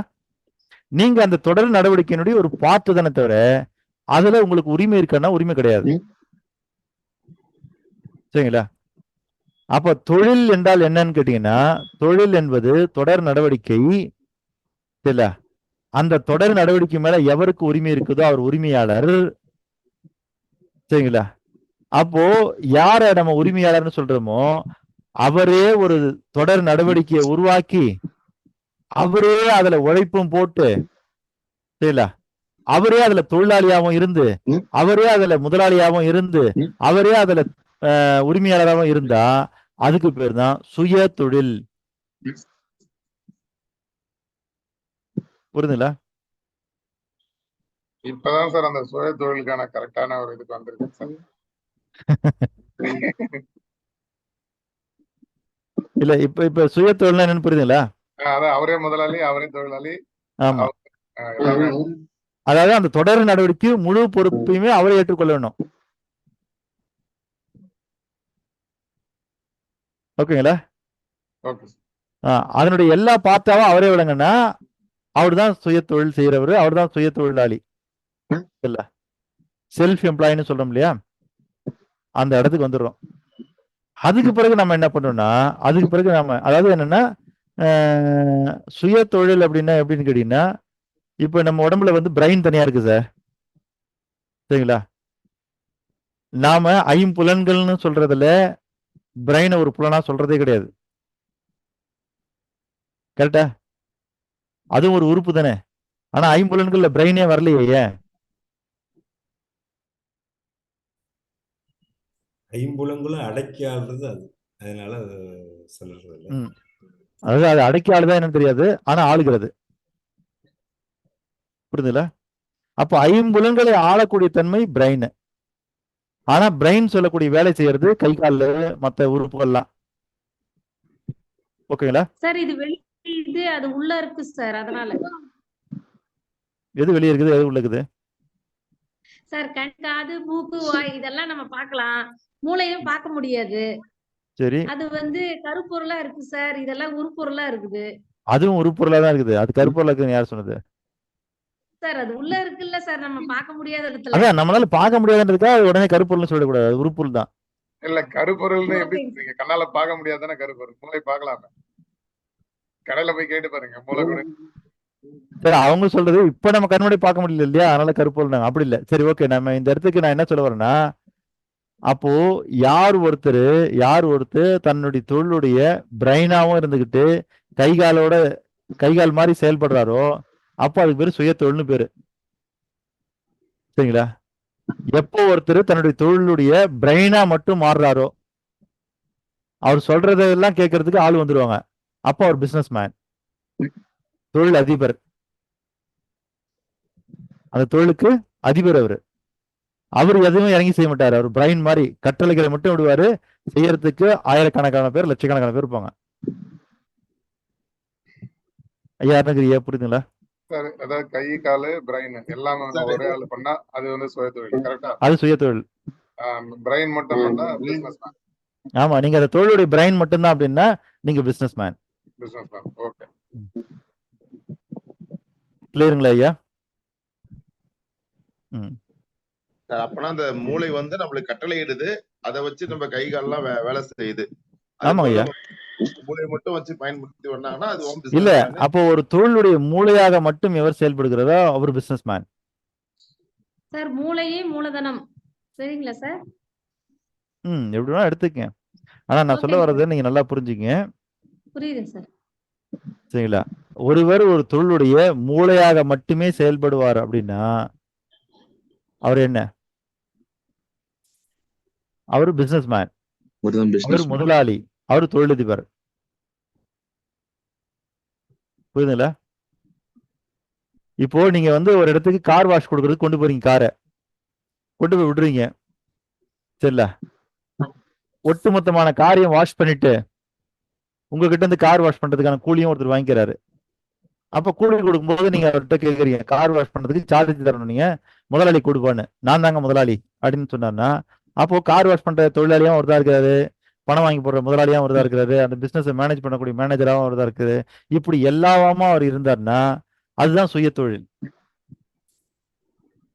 சரிங்களா? அப்ப அவர் ஒரு சுய தொழிலாளி, செல்ஃப் எம்ப்ளாய். முதலாளி, தொழிலாளி, பணியாளர், மேனேஜர் எல்லாமே அவர் தான்.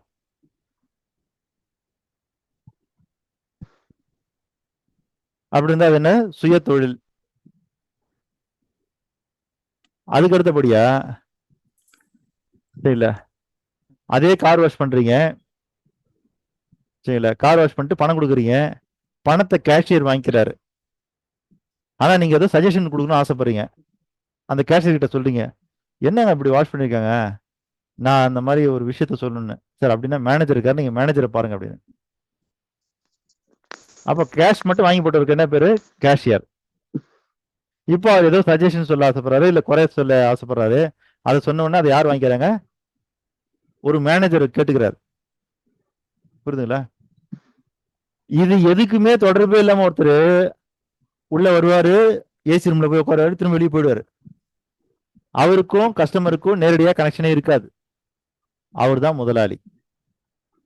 ஒருவேளை முதலாளி வரும்போது அவர்கிட்டே இதை ஏதாவது கம்ப்ளைண்ட் சொல்ல போனீங்கன்னா, சார் என்ன சார் இதெல்லாம் இப்படி பண்ணிருக்காங்கன்னு, அப்படியா மேனேஜர் பாருங்கன்ட்டு போயிடுவார் அவரு. காரணம்னா மேனேஜர் மட்டும்தான் அவர் கண்ட்ரோல் வச்சுக்குவாரு, மற்ற எல்லாத்தையும் என்ன பண்ணுவாரு? மேனேஜர் கண்ட்ரோல் விட்டுருவாரு அவரு. அப்படி நீங்க மாறினீங்கன்னா தான் நீங்க முதலாளி. ஐயா கிளியரா?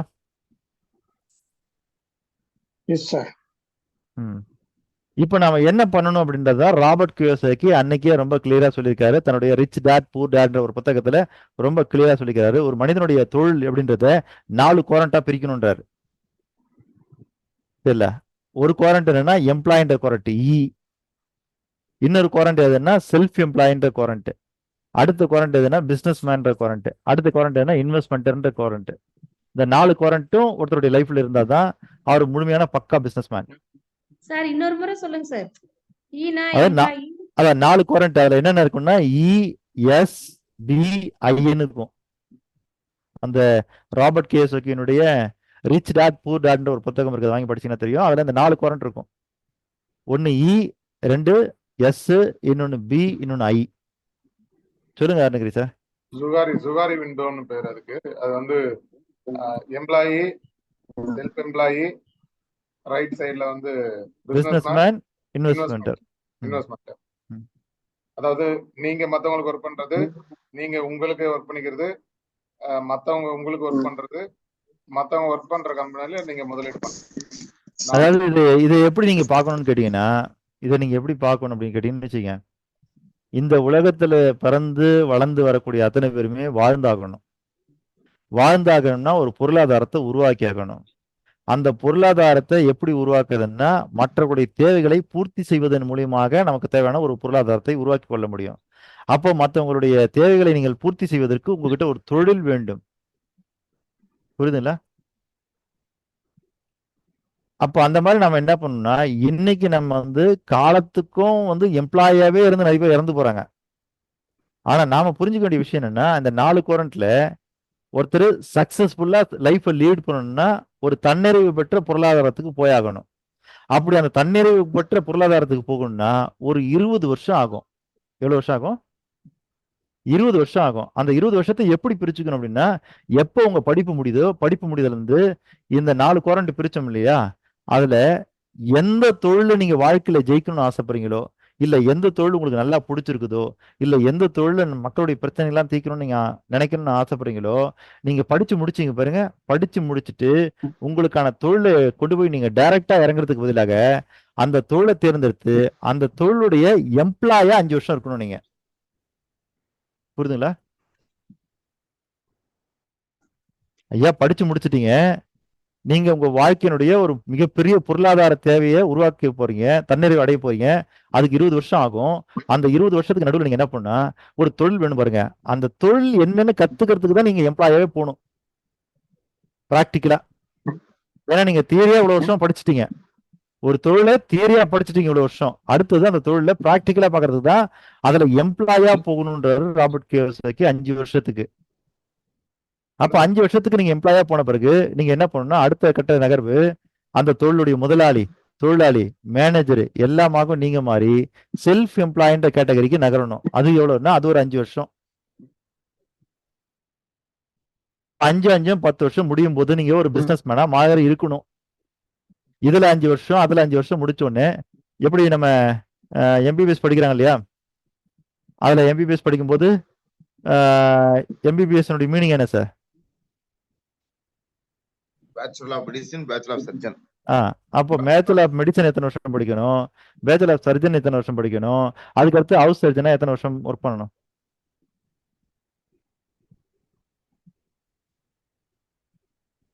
அப்ப நம்ம மொத்தமா சொல்றது இருந்தோம்னா மருத்துவம் படிக்கிறதுக்கு 5 வருஷம் ஆகணும். ஆனா ஹவுஸ் சர்ஜன் எல்லாம் சேர்த்து எல்லாம் பாத்தீங்கன்னா 7 வருஷம் ஆயிடும். அப்ப 7 வருஷம் முடிச்சாதான் ஒருத்தர் டாக்டர்னு நம்ம சொல்றோம் இல்லையா? அந்த மாதிரி இந்த இடத்துல நம்ம என்ன பண்ணணும்னா, இல்ல எம்ப்ளாயா கம்பல்சரி நீங்க ஒரு 5 வருஷம் ஒர்க் பண்ணி ஆகணும். அடுத்தது செல்ஃப் எம்ப்ளாயா ஒரு 5 வருஷம் இருந்தாகணும். இந்த 10 வருஷத்தை முடிக்கும் போது தான் நீங்க ஒரு பிசினஸ் ஓனரா மாறுறீங்க. அதான் பிசினஸ் மேன் அல்லது பிசினஸ் ஓனர். அப்ப அந்த இடத்துக்கு போனோம்னா நீங்க எப்ப நீங்க பிசினஸ் ஓனராவோ இல்ல பிசினஸ் மேனாவோ மாறீங்களோ அதுக்கு பிறகு என்ன அர்த்தம்னா இந்த ஒட்டுமொத்த பாடியையும் கண்ட்ரோல் பண்ணக்கூடிய பிரெயினா நீங்க மாறி இருக்கணும். கை வேலை செய்யற மாதிரி கால் வேலை செய்யற மாதிரி அதுக்கு பிறகு நீங்க வேலை செய்யக்கூடாது. பிரெயின் வேலை செய்யற மாதிரி தான் நீங்க வேலை செய்யணும். அதுக்கு 10 வருஷம் ஆகும். ஐயா புரிஞ்சிருச்சுங்களா? அப்ப 10 வருஷத்துல நீங்க ஒரு பிசினஸ் மேனா ஆகணும். அடுத்து அதுல ஒரு 5 வருஷம், அதுல ஒரு 5 வருஷம் இருந்ததுக்கு பிறகு அதுக்கு அடுத்து நீங்க நகரணும். எங்க நகரணும்னா இன்வெஸ்டார் அப்படின்ற இடத்துக்கு நகரணும், முதலீட்டாளர். ஏன்னா உங்களால பிரெயினா இருந்து ஒரு தொழிலையோ அல்லது அது சார்ந்த தொழில்களை மட்டும்தான் இயக்க முடியும். ஆனா உலகத்துல லாபகரமாக இயங்கக்கூடிய எல்லா தொழிலையும் நம்ம போய் செயல்பட முடியுமா? முடியாது. ஐயா முடியுங்களா ஐயா?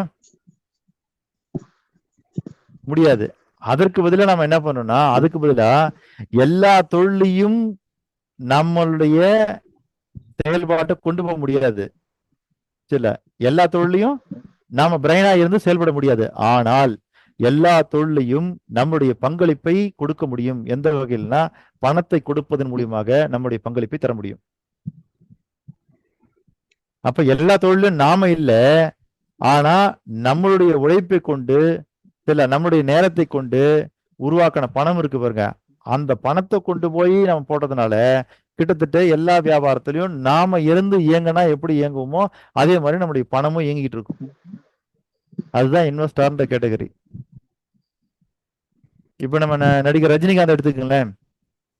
அவருடைய பங்களிப்பு அப்படிங்கிறது, அவருடைய உழைப்புங்கிறது சினிமா துறையில மட்டும்தான், நடிப்புல மட்டும்தான். ஆனா அந்த நடிப்புல இருந்து உருவாக்கின பணம் இருக்கு பாருங்க, அந்த பணம் எங்கெல்லாம் இருக்குன்னா ஹோட்டல் செக்டார்ல இருக்குது, டிரான்ஸ்போர்ட் செக்டார்ல இருக்குது, மிஷினரி செக்டார்ல இருக்குது, இல்ல ப்ரொடக்ஷன் செக்டார்ல இருக்குது, அப்புறம் வந்து என்னன்னா எஜுகேஷன் செக்டார்ல இருக்குது. இப்படி பல செக்டார்லோடைய பணம் இருக்குது. தெரியுமா சார்? ரஜினிகாந்தனுடைய பணம் பல செக்டார்ல இருக்குன்னு தெரியுமா? தெரியாதுங்க ஐயா. கண்டிப்பா தெரியும். எனக்கு தெரியாது. மணி நிறைய இருக்கு, தெரியுமா இன்வெஸ்ட் பண்ண தானே செய்வாங்க சார்? நிறைய பணம் இருக்கு, 100 கோடிக்கு மேல வாங்கும்போது இன்வெஸ்ட் பண்ண தானே செய்வாங்க. பல செக்டார்ல இன்வெஸ்ட் பண்ணுவாங்க. இல்ல சார், அதாவது டிரான்ஸ்போர்ட்ல மட்டுமே நிறைய பணம் போட்டுக்கிறதா சொல்றாங்க சார். இல்ல அதான் சார் சொல்ல வரேன். இப்போ அவரை விட அதிகமா சம்பாதிச்சாருன்னா கமலஹாசன், புரியுதுல? ரஜினிகாந்தை விட அதிகமா சம்பாதிச்சு கமலஹாசன். காரணம் என்ன? ரஜினிகாந்த் ஃபீல்டுக்கு வர்றதுக்கு முன்னாடி சின்ன வயசுலயே 5 வயசுலயே வந்தவர் கமலஹாசன். ஆனா அவருடைய இன்வெஸ்ட்மெண்ட் எங்க இருக்குன்னா அவர் சம்பாதிப்பாரு, திரும்ப சினிமாலே இன்வெஸ்ட் பண்ணுவாரு. சரிங்களா? அது லாபம் வந்தாலும் சரி நட்டமானாலும் சரி அவர் என்ன பண்ணுவாருன்னா சினிமால இருந்து சம்பாதிப்பாரு, திரும்ப சினிமாலே இன்வெஸ்ட் பண்ணுவாரு, சினிமால இருந்து சம்பாதிப்பாரு, திரும்ப சினிமால இருந்து இன்வெஸ்ட் பண்ணுவாரு. அதனாலதான் அவர் இன்னும் 100 கோடி 200 கோடி சொத்து மதிப்புல இருக்கிறாரு. ஆனா இதை ரஜினிகாந்த் எடுத்துக்கிட்டீங்கன்னா இவரை மாறி வந்தனுன்னா கிட்டத்தட்ட அவர் வந்து 100,000 மடங்கு சொத்துக்கு சொந்தக்காரர். காரணம் என்னன்னா அவர் சம்பாதிச்ச இடம் சினிமா துறையில இருந்து, ஆனா திரும்பவும் சினிமாவில் இன்வெஸ்ட்மெண்ட் பண்ணல. அவரு எதெல்லாம் வளர்ந்து வரக்கூடிய செக்டாரோ, எதெல்லாம் மக்களுக்கு உபயோகப்படுற செக்டாரோ அதெல்லாம் பணம் போட்டாரு. அப்போ அவருடைய பணம் சொல்லுங்க அருணகிரி சார். சார் அந்த மணி வந்து இப்போ பேஸ்ட் ஆன் த ஜிடிபிக்கு வேல்யூ, ஜிடிபி அதிகமா இருந்ததுன்னா, உள்நாட்டு உற்பத்தி அதிகமா இருந்ததுன்னா அதுக்கு தக்கன மணி கரன்சி வந்து பிரிண்ட் பண்ணிக்கலாம்னு வருது சார் கூகுள்ல. அப்படிங்களா? சரி சரி. முன்னாடி வந்து தங்கம் இருந்தது, தங்கத்தோட மதிப்புக்கு ஏற்ற மாதிரி, ஸ்டாக்கு ஏற்ற மாதிரி. ஓகே. இப்ப வந்து உள்நாட்டு உற்பத்தி அதிகமா இருந்து அவங்க பொருளாதாரம் நல்லா இருந்ததுன்னா அதுக்கேற்ற மாதிரி அவங்க பிரிண்ட் பண்ணிக்கலாம்னு வருது. அதுதான். சரி ஓகே ஐயா. இப்ப நம்ம எல்லாருக்குமே தொழில்னா என்னன்னு ஒரு ஐடியா வந்தாச்சா? சரி. அப்ப தொழில்ன்றது நமக்காக செய்யறது இல்ல, செய்யல. அதை விட ரொம்ப முக்கியமான விஷயம், நீங்க ஒரு விஷயத்த ரொம்ப கவனமா இருக்கணும். பணத்தை நம்ம எங்க போட்டாலும் நம்முடைய 3 விஷயம் அது மேல இருந்தாதான் அதை நம்மளால திருப்பி எடுக்க முடியும். என்ன இந்த 3 விஷயம்? கவனம், கவனிப்பு, கண்காணிப்பு, உழைப்பு. சொல்லுங்க அருணகிரிச்சா. 1 கவனம், 2 உழைப்பு, 3 என்னது? கண்காணிப்பு. ஓகே, இப்படி சொல்லுங்க இனிமேல். கவனிப்பு, கண்காணிப்பு, உழைப்பு. கவனிப்பு, கண்காணிப்பு, உழைப்பு. நன்றிங்க.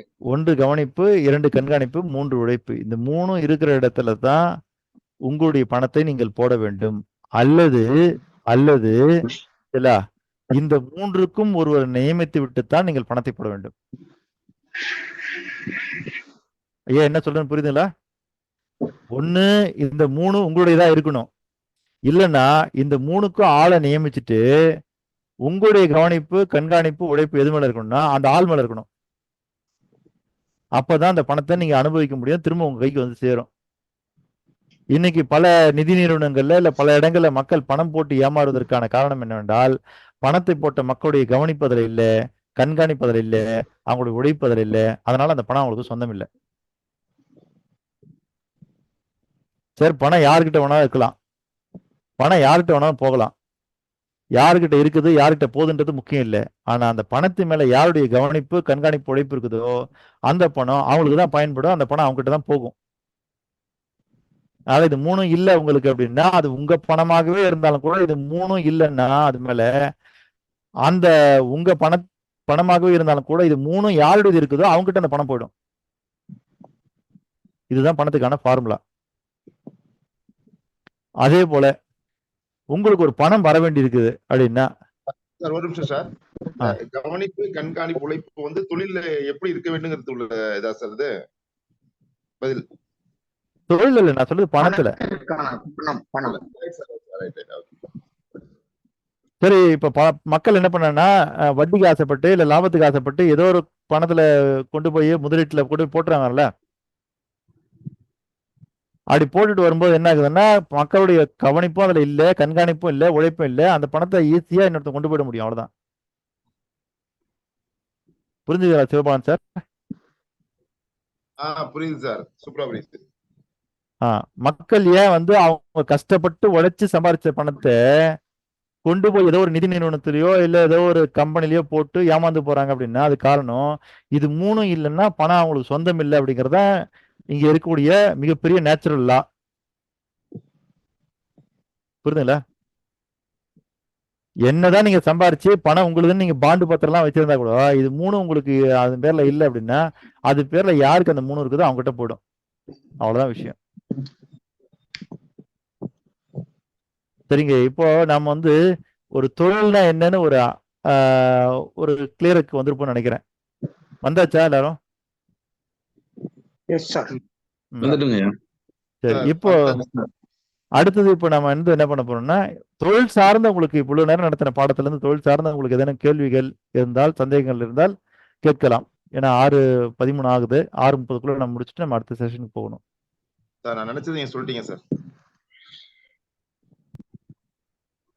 நினைப்பது உங்கள் வேலை, நீங்கள் நினைப்பதை சொல்வது என்னுடைய வேலை.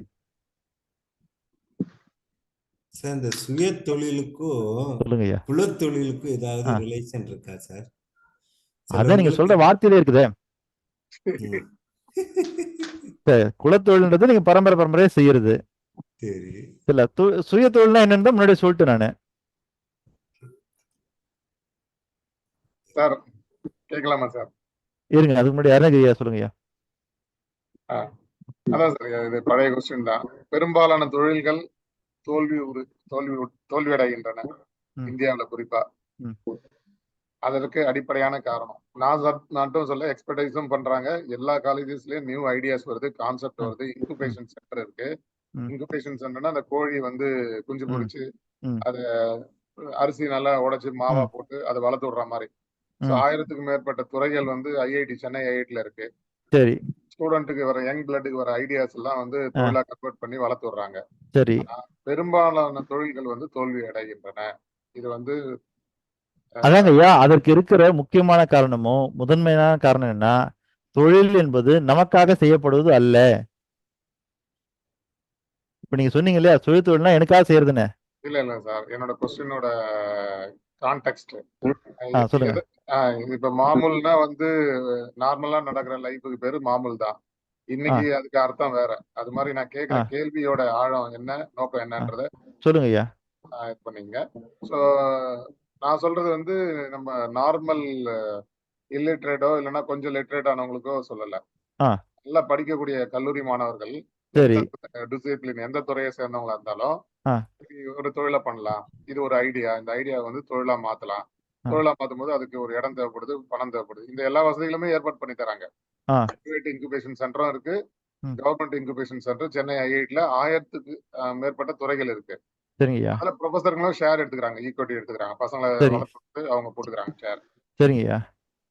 ஆனாலுமே 90க்கு மேற்பட்ட 95% மேற்பட்ட தொழில்கள் தோல்வி அடைகின்றன இந்தியாவில் குறிப்பா. ஆமாங்கய்யா. ஆனா ரொம்ப சின்ன நாடு இஸ்ரேலு ஸ்டார்ட் அப் கம்பெனின்ற ஆரம்ப தொழில்கள் வந்து அதிகமா உலகத்திலே நடக்கிறது அங்கதான் நடக்குது. சரி. வந்து இப்ப போர் வந்ததுனால பின்னாடி ஓடுறாங்கன்னு பார்த்தா அமெரிக்காவோட சப்போர்ட்ல இஸ்ரேல் இல்ல, இஸ்ரேலோட சப்போர்ட்ல தான் அமெரிக்கா இருக்கு. உலகத்துல வந்து இஸ்ரேல் வந்து இந்த பங்கு சந்தையில வந்து அவ்வளவு கம்பெனிஸ் இருக்கு. இஸ்ரேல் வந்து பங்கு சந்தையில இருந்து வந்தா உலக பங்கு சந்தையே கீழே விழுந்துரும். அப்படி ஒரு சூழல் இருக்கு. சோ அப்போ அடிப்படையான காரணம் என்ன இந்த தோல்விக்கு அப்படின்றதுதான் நான் என்னோட கேள்வி ஐயா. இல்ல அதுதாங்க ஐயா, முதல்ல தொழில் என்பதற்கு அடிப்படை என்ன? தொடர்ந்து செய்யணும். தொடர்ந்து செய்யணும் ஒண்ணு. ரெண்டாவது மத்தவங்களுக்காக செய்யணும். அது அடுத்தவங்களுக்காக இருக்கணும். அதான் அடுத்தவங்களுக்காக. புரிஞ்சுங்களா? அப்போ ஒரு தொழிலுடைய நோக்கம் என்னவா இருக்கக்கூடாதுன்னா லாபமாக இருக்கக்கூடாது.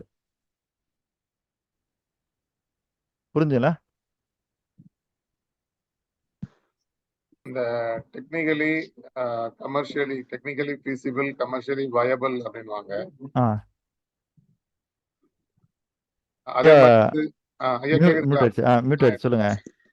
அதாவது தொழில்நுட்ப ரீதியில் இது கண்டிப்பாக செயல்படக்கூடியது, கமர்ஷியல் ரீதியில் வணிக ரீதியில் இது ரிட்டர்ன் தரக்கூடியது அப்படின்ற விஷயங்கள்லாம் பார்த்துதான் யங் பிளட் எல்லாம் ஆரம்பிக்கிறாங்க, இன்வால்வ் ஆகுறாங்க. புது இல்ல அதுதாங்க ஐயா, இப்போ ஒரு தொழிலுடைய நோக்கம் பெரும்பான்மையா என்ன இருக்குன்னா லாபமாக இருக்கிறது. புரியுதுங்களா? லாபம் தராத ஒரு தொழில் நீங்க எடுத்து செய்வீங்களா? இல்ல சார், யங் ஸ்டூடெண்ட் நம்ம காமன் பீப்புளோட ஆங்கிள் பேசிட்டு இருக்கோம். நான் சொல்றது வந்து ஒரு புது ரத்தம், அவங்க புதுசா ஒரு ஐடியா கொடுக்குறாங்க, இல்ல ஒரு தொழிலை பண்ணணும்னு நினைக்கிறாங்கன்னா டெஃபினட்டா அவங்க லாபத்தை பத்தி யோசிக்க மாட்டாங்க. ஏன்னா அந்த 20 வயசு 18 வயசு 22 வயசுல இருக்கவங்க யாருமே லாபத்தும் பெருசா லாபம் அப்பதைக்கு லாபம்ன்ற இதுவே நோக்கம் அவங்களுக்கு தெரியாது.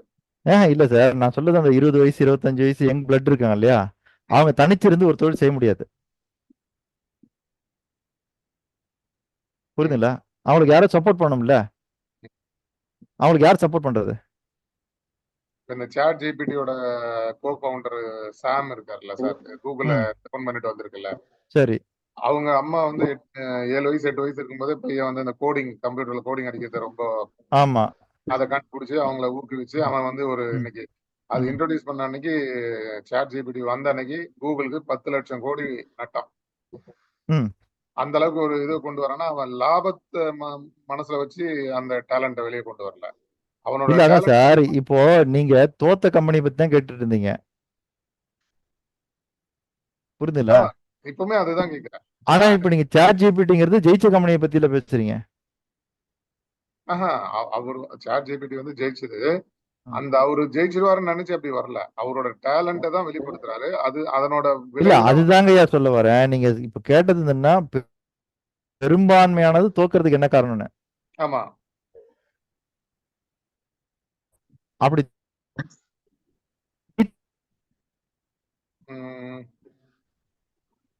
புரியுதுங்களா? அதான் நீங்க என்ன சொல்றீங்க, லாபத்தை நோக்கமா வச்சு பண்றதுனால தான் இல்ல. இப்போ அந்த ஜெயிச்ச கம்பெனில இருக்கிற விஷயம் என்னன்னு கேட்டீங்கன்னா அவங்க இந்த உலகத்துக்கு புதுசா ஏதோ ஒண்ணு கொடுக்க ஆசைப்பட்டாங்க. புரியுதுங்களா? அப்போ இந்த உலகத்துல வந்து எப்பயுமே வந்துன்னா மாறாமல் இருப்பது 1 மாற்றம், 2 தோற்றம், 3 காலம். சரிங்களா ஐயா? சரிங்க. அப்ப புதுசுன்னும் போது இந்த உலகத்துக்கு நீங்க ஒண்ணு புதுசா கொடுக்கணும்னு ஆசைப்பட்ட காரணத்தினால சரிங்களா அப்ப அந்த தொழிலுடைய நோக்கம் என்னவா இருந்ததுன்னா புதுசா ஏதாவது ஒண்ணு கொடுக்கணும், சம்திங் ஸ்பெஷல். அது ஜெயிக்குங்கிறேன். அது புதுசுன்னு சொல்ல முடியாது இல்லையா? அதாவது கூகுள் மாதிரியே தான் அது. இப்ப நம்ம வந்து ஜோகோ பண்றாங்க, இந்தியாவில ஜோகோ இருக்கு இல்லைங்களா? இங்க கூட இல்லைங்க, நீங்க அதுல ஏதாவது ஒண்ணு புதுசா இருக்கும்ல. சாட் ஜிபிடி நீங்க ஸ்பெசிபிக்கா அதை சொல்றதுக்கான காரணம் என்ன? அது கூகுள் மாதிரியே இருந்தா அது ஏன் நீங்க தனியா சொல்ல போறீங்க? அது ஏதோ சம்திங் ஸ்பெஷல், ஏதோ ஒண்ணு அதுல புதுசு. என்ன புதுசு? கூகுளை விட பல மடங்கு தரவுகளை வந்து கொண்டு வந்து கொட்டுது அப்படியே. இப்போ நமக்கு எஸ்எம்எஸ் வசதி எவ்வளவு வருஷமா இருக்குது, நமக்கு போன் வந்த காலத்துல இருந்து இருக்கு. ஆமா. ஆனா வாட்ஸ்அப் இவ்வளவு பெருசானது காரணம் என்ன? அதை விட இதுல அதிக வசதிகள் இருக்கு. அப்போ அது எஸ்எம்எஸ் மாதிரின்னு சொல்லலாமே தவிர எஸ்எம்எஸ்ல இருக்கிற அதே அப்படியே இல்லைங்க. அதுல சாட் ஜிபிடிங்கிறது கூகுள் மாதிரி நம்ம சொல்லலாமே தவிர அதுல இருக்கிறது அப்படியே இல்லைங்க. ஏதோ ஒண்ணு புதுசா இருக்கு பாருங்க, புரியுதுல்ல? அப்ப இந்த உலகத்துக்கு ஏதோ ஒண்ணு புதுசா கொடுக்கணும்னு நினைக்கிறான்ல, அவனா ஜெயிச்சிருவான். புரியுதுல்ல? அதே மாதிரிதான் இன்னைக்கு வரக்கூடிய யங்ஸ்டர்ஸ் புதுசா கொடுக்கணும்னு அவங்க நினைக்கிறாங்க. ஆனா அவங்களுக்கு வந்து எக்கனாமிக்கா யார் சப்போர்ட் பண்றாங்களோ, இப்போ ஒரு உதாரணத்துக்கு ஒரு கருவியை ஒரு ஸ்டூடெண்ட் கண்டுபிடிச்சிட்டான் சார், அவனுக்கு அதை லாபம் பண்றதுக்காக அந்த கருவி கண்டுபிடிக்கல, புதுசா அந்த உலகத்துக்கு ஒண்ணு தரணும், கண்டுபிடிச்சிட்டான். ஆனா அது மார்க்கெட்டிங் போகும்போது எங்க அது ஃபெயிலியரை சந்திக்குதுன்னா, அதுக்கு ஃபண்டு சப்போர்ட் பண்றாங்கல்ல, அவங்க பாக்குறது அது செஞ்சா எவ்வளவு லாபம் கிடைக்கணும். புரியுதுங்களா? அப்போ அவங்ககிட்ட இன்னோவேட்டிவான ஐடியாஸ் இருந்தாலும் கூட இதை வந்து ஒரு தொழிலா மாத்தணும்னு ஆசைப்படும் போது அதுக்கான ஃபண்டு போடுறவன் என்ன மனநிலையில இருக்கிறானோ அதுதான் அதை அடையும்.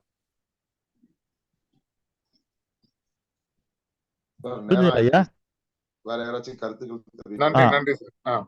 அப்ப என்ன நடக்குது அந்த இடத்துல? என்ன நடக்குதுன்னா அந்த சம்பந்தப்பட்ட ப்ராடக்ட் சக்சஸ் ஆயிடும். ஆனா அந்த ப்ராடக்ட் மார்க்கெட்டிங் போகும்போது தொழிலா மாறும்போது தொழில் ஃபெயிலியர் ஆயிடும். இன்னைக்கு நீங்க பாத்தீங்கன்னா மார்க்கெட்ல எத்தனையோ ப்ராடக்ட் சக்சஸ் ஆயிருக்குது, ஆனா அந்த ப்ராடக்ட் வச்சு பண்ண பிசினஸ் ஃபெயிலியர் ஆயிருக்குது. அதே போல எத்தனையோ ஃபெயிலியரான ப்ராடக்ட் வச்சுக்கிட்டு எத்தனையோ பிசினஸ் சக்சஸ் ஆயிருக்குது. புரியுதுங்களா நான் சொல்றது?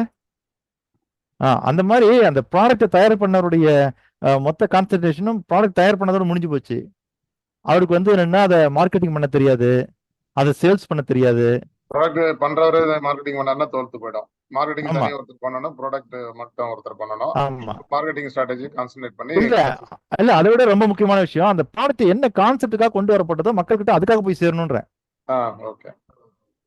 இந்த பொருளை நம்ம உற்பத்தி பண்ணி வித்தோம்னா நிறைய லாபம் பார்க்கலாம்னு நினைச்சிட்டாலே கம்பெனி முடிஞ்சு போச்சு. புரிஞ்சுங்களா ஐயா? சிவபாலன் ஐயா கேளுங்க ஐயா. சார் இப்ப நம்மளுக்கு டைம் ஆயிட்டு இருக்கு, அதனால வந்து அடுத்தது வகுப்பு எப்ப பண்ணலாம் அப்படிங்கிற மாதிரி செய்யலாம் அப்படிங்கறது ஒரு கிளாரிபிகேஷன் பண்ணிக்கலாமா, இல்ல பிறகு பண்ணலாமா? என்னங்கய்யா? வேற இருக்க 6:22 ஆகுது. இந்த கம்பெனி மீட்டிங் ஒட்டி அடுத்த மீட்டிங் எப்பன்றது அனௌன்ஸ் பண்ணிட்டு அடுத்த கொஸ்டின் போலாம்னு. சொல்லுங்க, நீங்க தான் சொல்லணும். நீங்க தான் சேர்மன் ஆஃப் த சிஎம், இது எம்எம்டி சேர்மன் நீங்க தான். சொல்லுங்க ஐயா. நம்ம வந்து இப்ப இந்த நிகழ்ச்சியோட தொடர்ச்சி வந்து பாத்தீங்கன்னா இந்த மாசம் 11ஆம் தேதி வரைக்கும் நம்மளுக்கு போகும். அதனால 12ஆம் தேதி இந்த நிகழ்ச்சி வச்சுக்கலாமா, இல்ல இடையிலேயே ஒரு நாள் வச்சுக்கலாமாங்கிறது என்கிட்ட ஒரு கருத்து வருது சார். அது எப்படி? நான் ஏற்கனவே சொன்னதுதான், என்னன்னா வாரத்துக்கு ஒரு 2 மணி நேரம் ட்ரைனிங் வச்சுக்கங்க. சரி, சரிங்க சார். சரி, இதே வெள்ளிக்கிழமை next week sir. Right sir, அடுத்தது இதே வெள்ளிக்கிழமையில வச்சுப்போம் சார். வார வெள்ளிக்கிழமை 2 hours வச்சுக்கலாமா? வச்சுக்கலாம் சார், வச்சுக்கலாம் சார். அவ்வளவுதான்.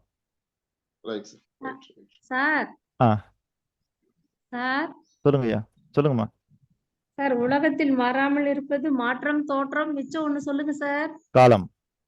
Okay sir, thank you sir. எதுக்கு சார் சொன்னீங்க? கடந்துகிட்டே இருக்குது இல்ல காலம்? ஆமா. அப்ப அது மாறிட்டு தானே இருக்குது. எது கடந்து கொண்டே இருப்பது காலம், நேர்ந்து கொண்டே இருப்பது நேரம் சொன்னீங்கல்ல? ஆமாய்யா.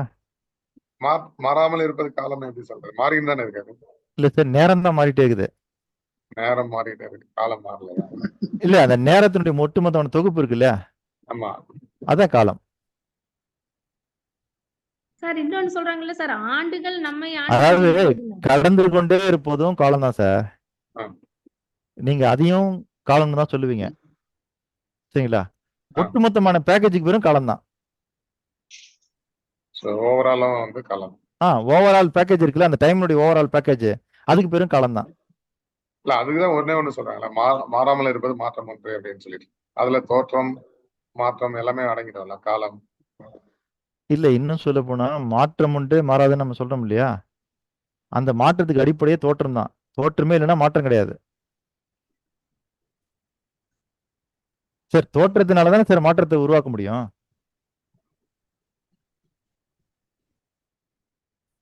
புரியுதுங்களா உங்களுக்கு? இப்போ மாற்றம்ன்றது என்ன? அரிசி சாதம் ஆயிடுச்சு. அப்போ சாதம்னு ஒண்ணு பிறக்கலைன்னா தோற்றம் அடையலைன்னா இங்க அரிசி எப்படி மாற்றம் அடையும்?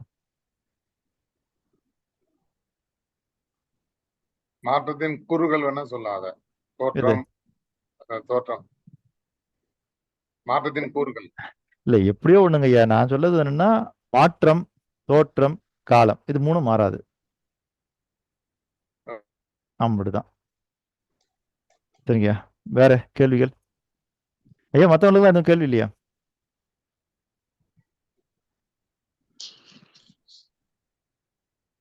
ஐயா இப்ப இந்த ஒரு துணை கேள்வி தான். ஒரு சார் பேசின சப்ஜெக்ட்ல இருந்து அதனுடைய அவுட்கம்மே வராம டைவர்ட் ஆன மாதிரி எனக்கு ஒரு ஃபீல். அதாவது வந்து இந்தியாவில் வந்து தொழில் ஆரம்பிக்கிறாங்க. தொழில் ஆரம்பிக்கும் போது 95% ஃபெயில் ஆகுது, 5% தான் சக்சஸ் பண்றாங்க. இஸ்ரேல்ல சம் பர்சன்டேஜ் சொன்னாருன்னு நினைக்கிறேன், ஏதோ சம்திங் வைஸ் வெர்சா. அங்க வந்து 95% சக்சஸ் ஆகுது, சக்சஸ் ஆகுது, 5% வந்து ஃபெயில் ஆகுது. So what is the significant? அந்த இடத்துல என்ன முக்கிய கூறுகள் என்ன? எதனால இந்த மாதிரி நம்ம வந்து நம்ம ஃபெயில் ஆகிறோம் 95%, ஏன் அவங்க 90% பாஸ் ஆகுறாங்க? சக்சஸ் ரொம்ப ஷார்ட்டா டைம் இல்ல, பட் ஆனாலும் சொல்றேன். ஐயா சொல்லட்டுமா? இப்போ ஒரு ஊர்ல வந்து யாருமே ஷூ போடுறது இல்ல, அங்க 2 மார்க்கெட்டிங் பீப்புள் போறாங்க. ஒருத்தர் சொல்றாரு இவங்க கால்ல செப்பலே போடுறது இல்ல, இவங்களை ஷூ போட வைக்கிறது ரொம்ப கடினம், பாசிபிளே இல்லைன்னு சொல்லிட்டு வந்துடுறாரு. இன்னொருத்தர் போறாரு, கண்டிப்பா இங்க வந்து நம்மளோட ப்ராடக்ட சேல்ஸ் பண்ணிடலாம், அவங்களை எல்லாரும் எஜுகேட் பண்ணி அதனால என்ன பாதுகாப்பு இருக்கு, பலன் இருக்கு அப்படின்னு சொல்லி பண்ணிடலாம் அப்படின்னு சொல்றாரு. 2 பேருக்கும் இடம் ஒண்ணுதான், அங்க இருக்கிற எல்லா மக்களும் ஒண்ணுதான், ஆனா 2 பேரோட பார்வை வேற. ஸோ அடிப்படையில வந்து அவங்களோட மனங்கள் தான் வந்து வித்தியாசப்படுது. அதுதான் இந்த 95 அப்படின்னு நான் கருதுறேன்.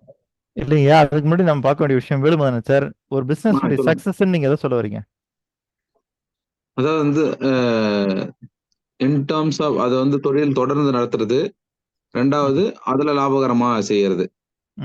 முதல்ல தொடர்ந்து ஒரு செயலை செய்யணும், அப்பதான் அது தொழிலா இருக்குது. அதுக்கப்புறம் அது வந்து அதுல லாபகரம் இருந்தாதான் அதை தொடர்ந்து செய்ய ஆரம்பிப்பாங்க.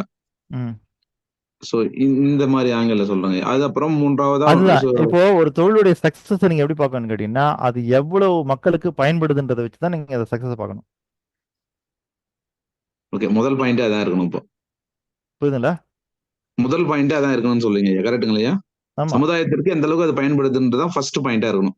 அதுதான் அதனுடைய சக்சஸ்ன்னு சொல்ல வரேன். மையப்புள்ளி அதான். ஆமா, அது எவ்வளவு லாபம் தயாரிக்குது தெரியல அப்படின்னு பாத்தீங்கன்னா, இப்போ தமிழ்நாட்டை பொறுத்த வரைக்கும் வந்தோம்னா மதுக்கடைகள் ரொம்ப சக்சஸ்ஃபுல்லா இயங்குது. அதனுடைய சக்சஸ் என்ன? Turn over. தீபாவளினா 500 கோடி ரூபாய் கம்மி இல்லாம விற்குது. அப்ப அதை வச்சு சக்சஸ்ஃபுல்லான பிசினஸ் சொல்ல முடியுமா? நம்ம சொல்ல முடியாதுங்க ஐயா, இது சொல்ல முடியாது. அதுதான் மக்களுக்கு வந்து என்னன்னா அழிக்கக்கூடிய சீரழிக்கக்கூடிய ஒன்று எவ்வளவு லாபகரமா இயங்கினாலும் அதை நம்ம சக்சஸ்ன்னு சொல்ல முடியாது. புரிஞ்சுங்களா? புரியுதுங்க. அப்போ ஒரு தொழிலுடைய சக்சஸ் எதுன்னா அது என்ன நோக்கத்துக்காக ஆரம்பிக்கப்பட்டதோ சரிங்களா, அந்த நோக்கம் நிறைவேறினாலும் அது பேர் சக்சஸ். சரிங்க. அப்ப இந்த கேஸ்ல இந்த நீங்க சொன்ன எக்ஸாம்பிள்லயே அப்ப இது மக்களுக்கு கெடுதல், சமுதாயத்துக்கு கெடுதலான ஒரு தொழில். அப்புறம் எப்படிங்க ஐயா இது வந்து அந்த அளவுக்கு சக்சஸ் ஆகுதுன்னு நம்ம எடுத்துக்கிறது? இல்லைங்கய்யா, இது சக்சஸ் இல்ல. இது எங்க சக்சஸ்ன்னு பாக்கணும். நீங்க மது எங்க தேவையோ அங்கதான் அது சேல் பண்ணணும். இப்போ குளிர் பிரதேசத்துல வாழக்கூடிய மக்கள் இல்ல எப்போதுமே குளிராக இருக்கக்கூடிய நாடுகள் இருக்கு இல்லையா, அங்க மது தேவை. சொல்றது புரியுதுங்களா? புரியுது. நம்ம பாரம்பரியம் வேட்டி சட்டை சார், நம்ம ஏன் கோட் சூட் போடணும்? அப்போ உஷ்ணமா இருக்கிற கண்ட்ரில இருக்கிறவன் அவன் போட்ட உடையுது உஷ்ணமான்றான், குளிரா இருக்கிற கண்ட்ரில அவன் போட்ட உடை உஷ்ணத்துக்காக. ஆனா அதை போட்டாதான் பெரிய மனுஷன்ற பேரு நம்ம தானே உருவாக்கி இருக்கோம். நம்ம கண்ட்ரியே உஷ்ண கண்ட்ரி, அதனால நம்ம வேட்டி சட்டை போட்டோம். ஓகே. புரியுதுல்ல? புரியுது, புரியுது. அப்ப நம்ம வந்து ஒரு விஷயத்தை எடுத்துக்கிட்டு எல்லா இடத்துலயும் பொதுவா அதை பார்க்க கூடாது. இடத்துக்கு தகுந்த மாதிரி தான் பொருத்தி போகணும். அப்போ அதுதான் சொல்ல வரேன். இப்போ பல நாடுகள்ல மது இருக்குது. ஆனா அது நம்ம டாஸ்மார்க்ல கிடைக்கிறதுல அந்த குவாலிட்டியா அப்படின்னு கேட்டீங்கன்னா இல்ல. அது இன்னும் உயர்ந்த தரம் கொண்டது. பல கோடி ரூபாய்க்கு விற்கக்கூடிய மது எல்லாம் இருக்குது. காரணம் என்ன? அது அவ்வளவு ஓல்டான ஒயின் எல்லாம் இருக்குது. கோடிக்கணக்கான ரூபாய்க்கு விற்கிற ஒயின் சார் அது. Okay, okay. எவ்வளவு இருக்குது? 1 லிட்டருக்கும் கம்மியா தான் இருக்குது அது. அதனால நம்ம என்ன பண்ணணும்னா எல்லா இடத்துலயும் அதை பொருத்தி பார்க்க கூடாது. நிறைய குளிர் பிரதேசங்கள் இருக்கு இல்லையா, அங்க என்ன பண்ணா கொஞ்சம் கொஞ்சமா எடுத்துக்கிறாங்க உடம்பு உஷ்ணத்துக்காக. அதே போல சிகரெட் எடுத்துக்கிறாங்க உடம்பு உஷ்ணத்துக்காக. அதெல்லாம் நம்ம வந்து என்னன்னா இந்த வெப்ப கண்ட்ரிக்கு கொண்டு வந்துட்டு சரிங்களா, இது இங்க சக்சஸ் தான்னா சக்சஸ் கிடையாது. புரியுதுங்களா? புரியுது, புரியுதுங்க. இப்போ ஜிம் இருக்கு இல்லையா, ஜிம்முக்கு போறோம். ஹெல்த்துக்காக ஜிம்முக்கு போறவங்க இருக்காங்க, காம்படிஷனுக்காக ஜிம்முக்கு போறவங்க இருக்காங்க. காம்படிஷனுக்காக போறவங்க தான் ஒரு நாளைக்கு 6 மணி நேரம் ஜிம்ல இருக்கணும். ஹெல்த்துக்காக போறவங்க 6 மணி நேரம் இருக்க கூடாது. இருந்தா அது ஹெல்த்துக்கு கெடுதி. அந்த மாதிரிதான் இதெல்லாம். சொல்லுங்க சுபாலன் சார். மணி 6:31 6:31 ஆயிடுச்சு. நீங்க முறைப்படி நன்றி சொல்லி நிறைவு செஞ்சிருங்க. திரும்ப அடுத்த தேதியும் சொல்லிட்டு முடிவு செஞ்சிருங்க. அனைவருக்கும் மீண்டும் ஒரு முறை சில வணக்கத்தை தெரிவித்துக் கொள்கிறேன். இன்றைய நிகழ்வு மிக சிறப்பாக அமைந்தது. ஆக்சுவலா வந்து இன்னைக்கு நிறைய விஷயங்களை தெரிஞ்சுக்கூடிய வாய்ப்பு நம்மளுக்கு கிடைச்சிச்சு. ஏன்னா தொழில்ங்கிறது என்ன, லாபங்கிறது என்ன, பணங்கிறது என்ன, உலகங்கிறது பணம் வந்துச்சு. அப்படியே ராபர்ட் கியோசகி பத்தியும் தெரிஞ்சுக்க முடிச்சு. தொழில்னா என்ன, தொழில் அதிபர்னா என்ன, சுய தொழில்னா என்ன அப்படிங்கிறதையும் நம்ம தெரிஞ்சுக்க முடிச்சு. ஒரு அருமையான நிகழ்வு. கண்டிப்பா நம்ம அடுத்த வெள்ளிக்கிழமை இதே மாதிரி 4:30 மணிக்கு இந்த நிகழ்ச்சி மீண்டும் தோன்றும். இது சம்பந்தமா ஏதாச்சும் கேள்வி பதில்கள் இருந்துச்சுன்னா கொஞ்சம் வந்து குரூப்ல போடுங்க. இந்த திலகத்தம்மாள் வந்து ஓரளவுக்கு அவங்க சொன்ன ஒர்க்கை வந்து அவங்க எப்படி செய்யணுங்கிறத செஞ்சுட்டு இருக்காங்க. அடுத்த கட்டமா நம்ம அருணகிரி சார் வந்து நம்ம மேற்கொண்டு இதை எப்படி பதிவு பண்ண போறோம், என்ன செய்ய போறோங்கிறதையும் நீங்க நம்மளுடைய குரூப்லயே தெரிவிக்கலாம் சார். கொஞ்சம் எல்லாருமே இந்த குரூப்ல ஏதாச்சும் ஒரு செய்தியை போடுற மாதிரி இருந்துச்சுன்னா சிறப்பா இருக்கும். அருமையான நிகழ்வு. இந்த நிகழ்ச்சிக்கு வந்து சிறப்பாக நம்மளுக்கு இந்த நிகழ்ச்சியை நடத்தி கொடுத்த வைப்ரண்ட் அசோக்குமார் சார் அவர்களுக்கும், இதில் கலந்து கொண்ட ரிச் நாராயண் சார் அவர்களுக்கும், குணாலன் முத்ரா சார் அவர்களுக்கும், ஓம்குமார் சார் அவர்களுக்கும், அருணகிரி சார் அவர்களுக்கும், வேலுமதன் சார் அவர்களுக்கும், வெற்றி திலகம் அவர்களுக்கும், கலைச்செல்வன் சார் அவர்களுக்கும், மேஜர் நாயர் சார் அவர்களுக்கும் என்னுடைய நன்றியை தெரிவித்துக் கொள்கிறேன். நன்றி, வணக்கம். நன்றி ஐயா. மீண்டும் அடுத்த சந்திப்போம் என்று கூறிக்கொண்டு விடைபெறுகிறேன். நன்றி, வணக்கம். நன்றி, வணக்கம்.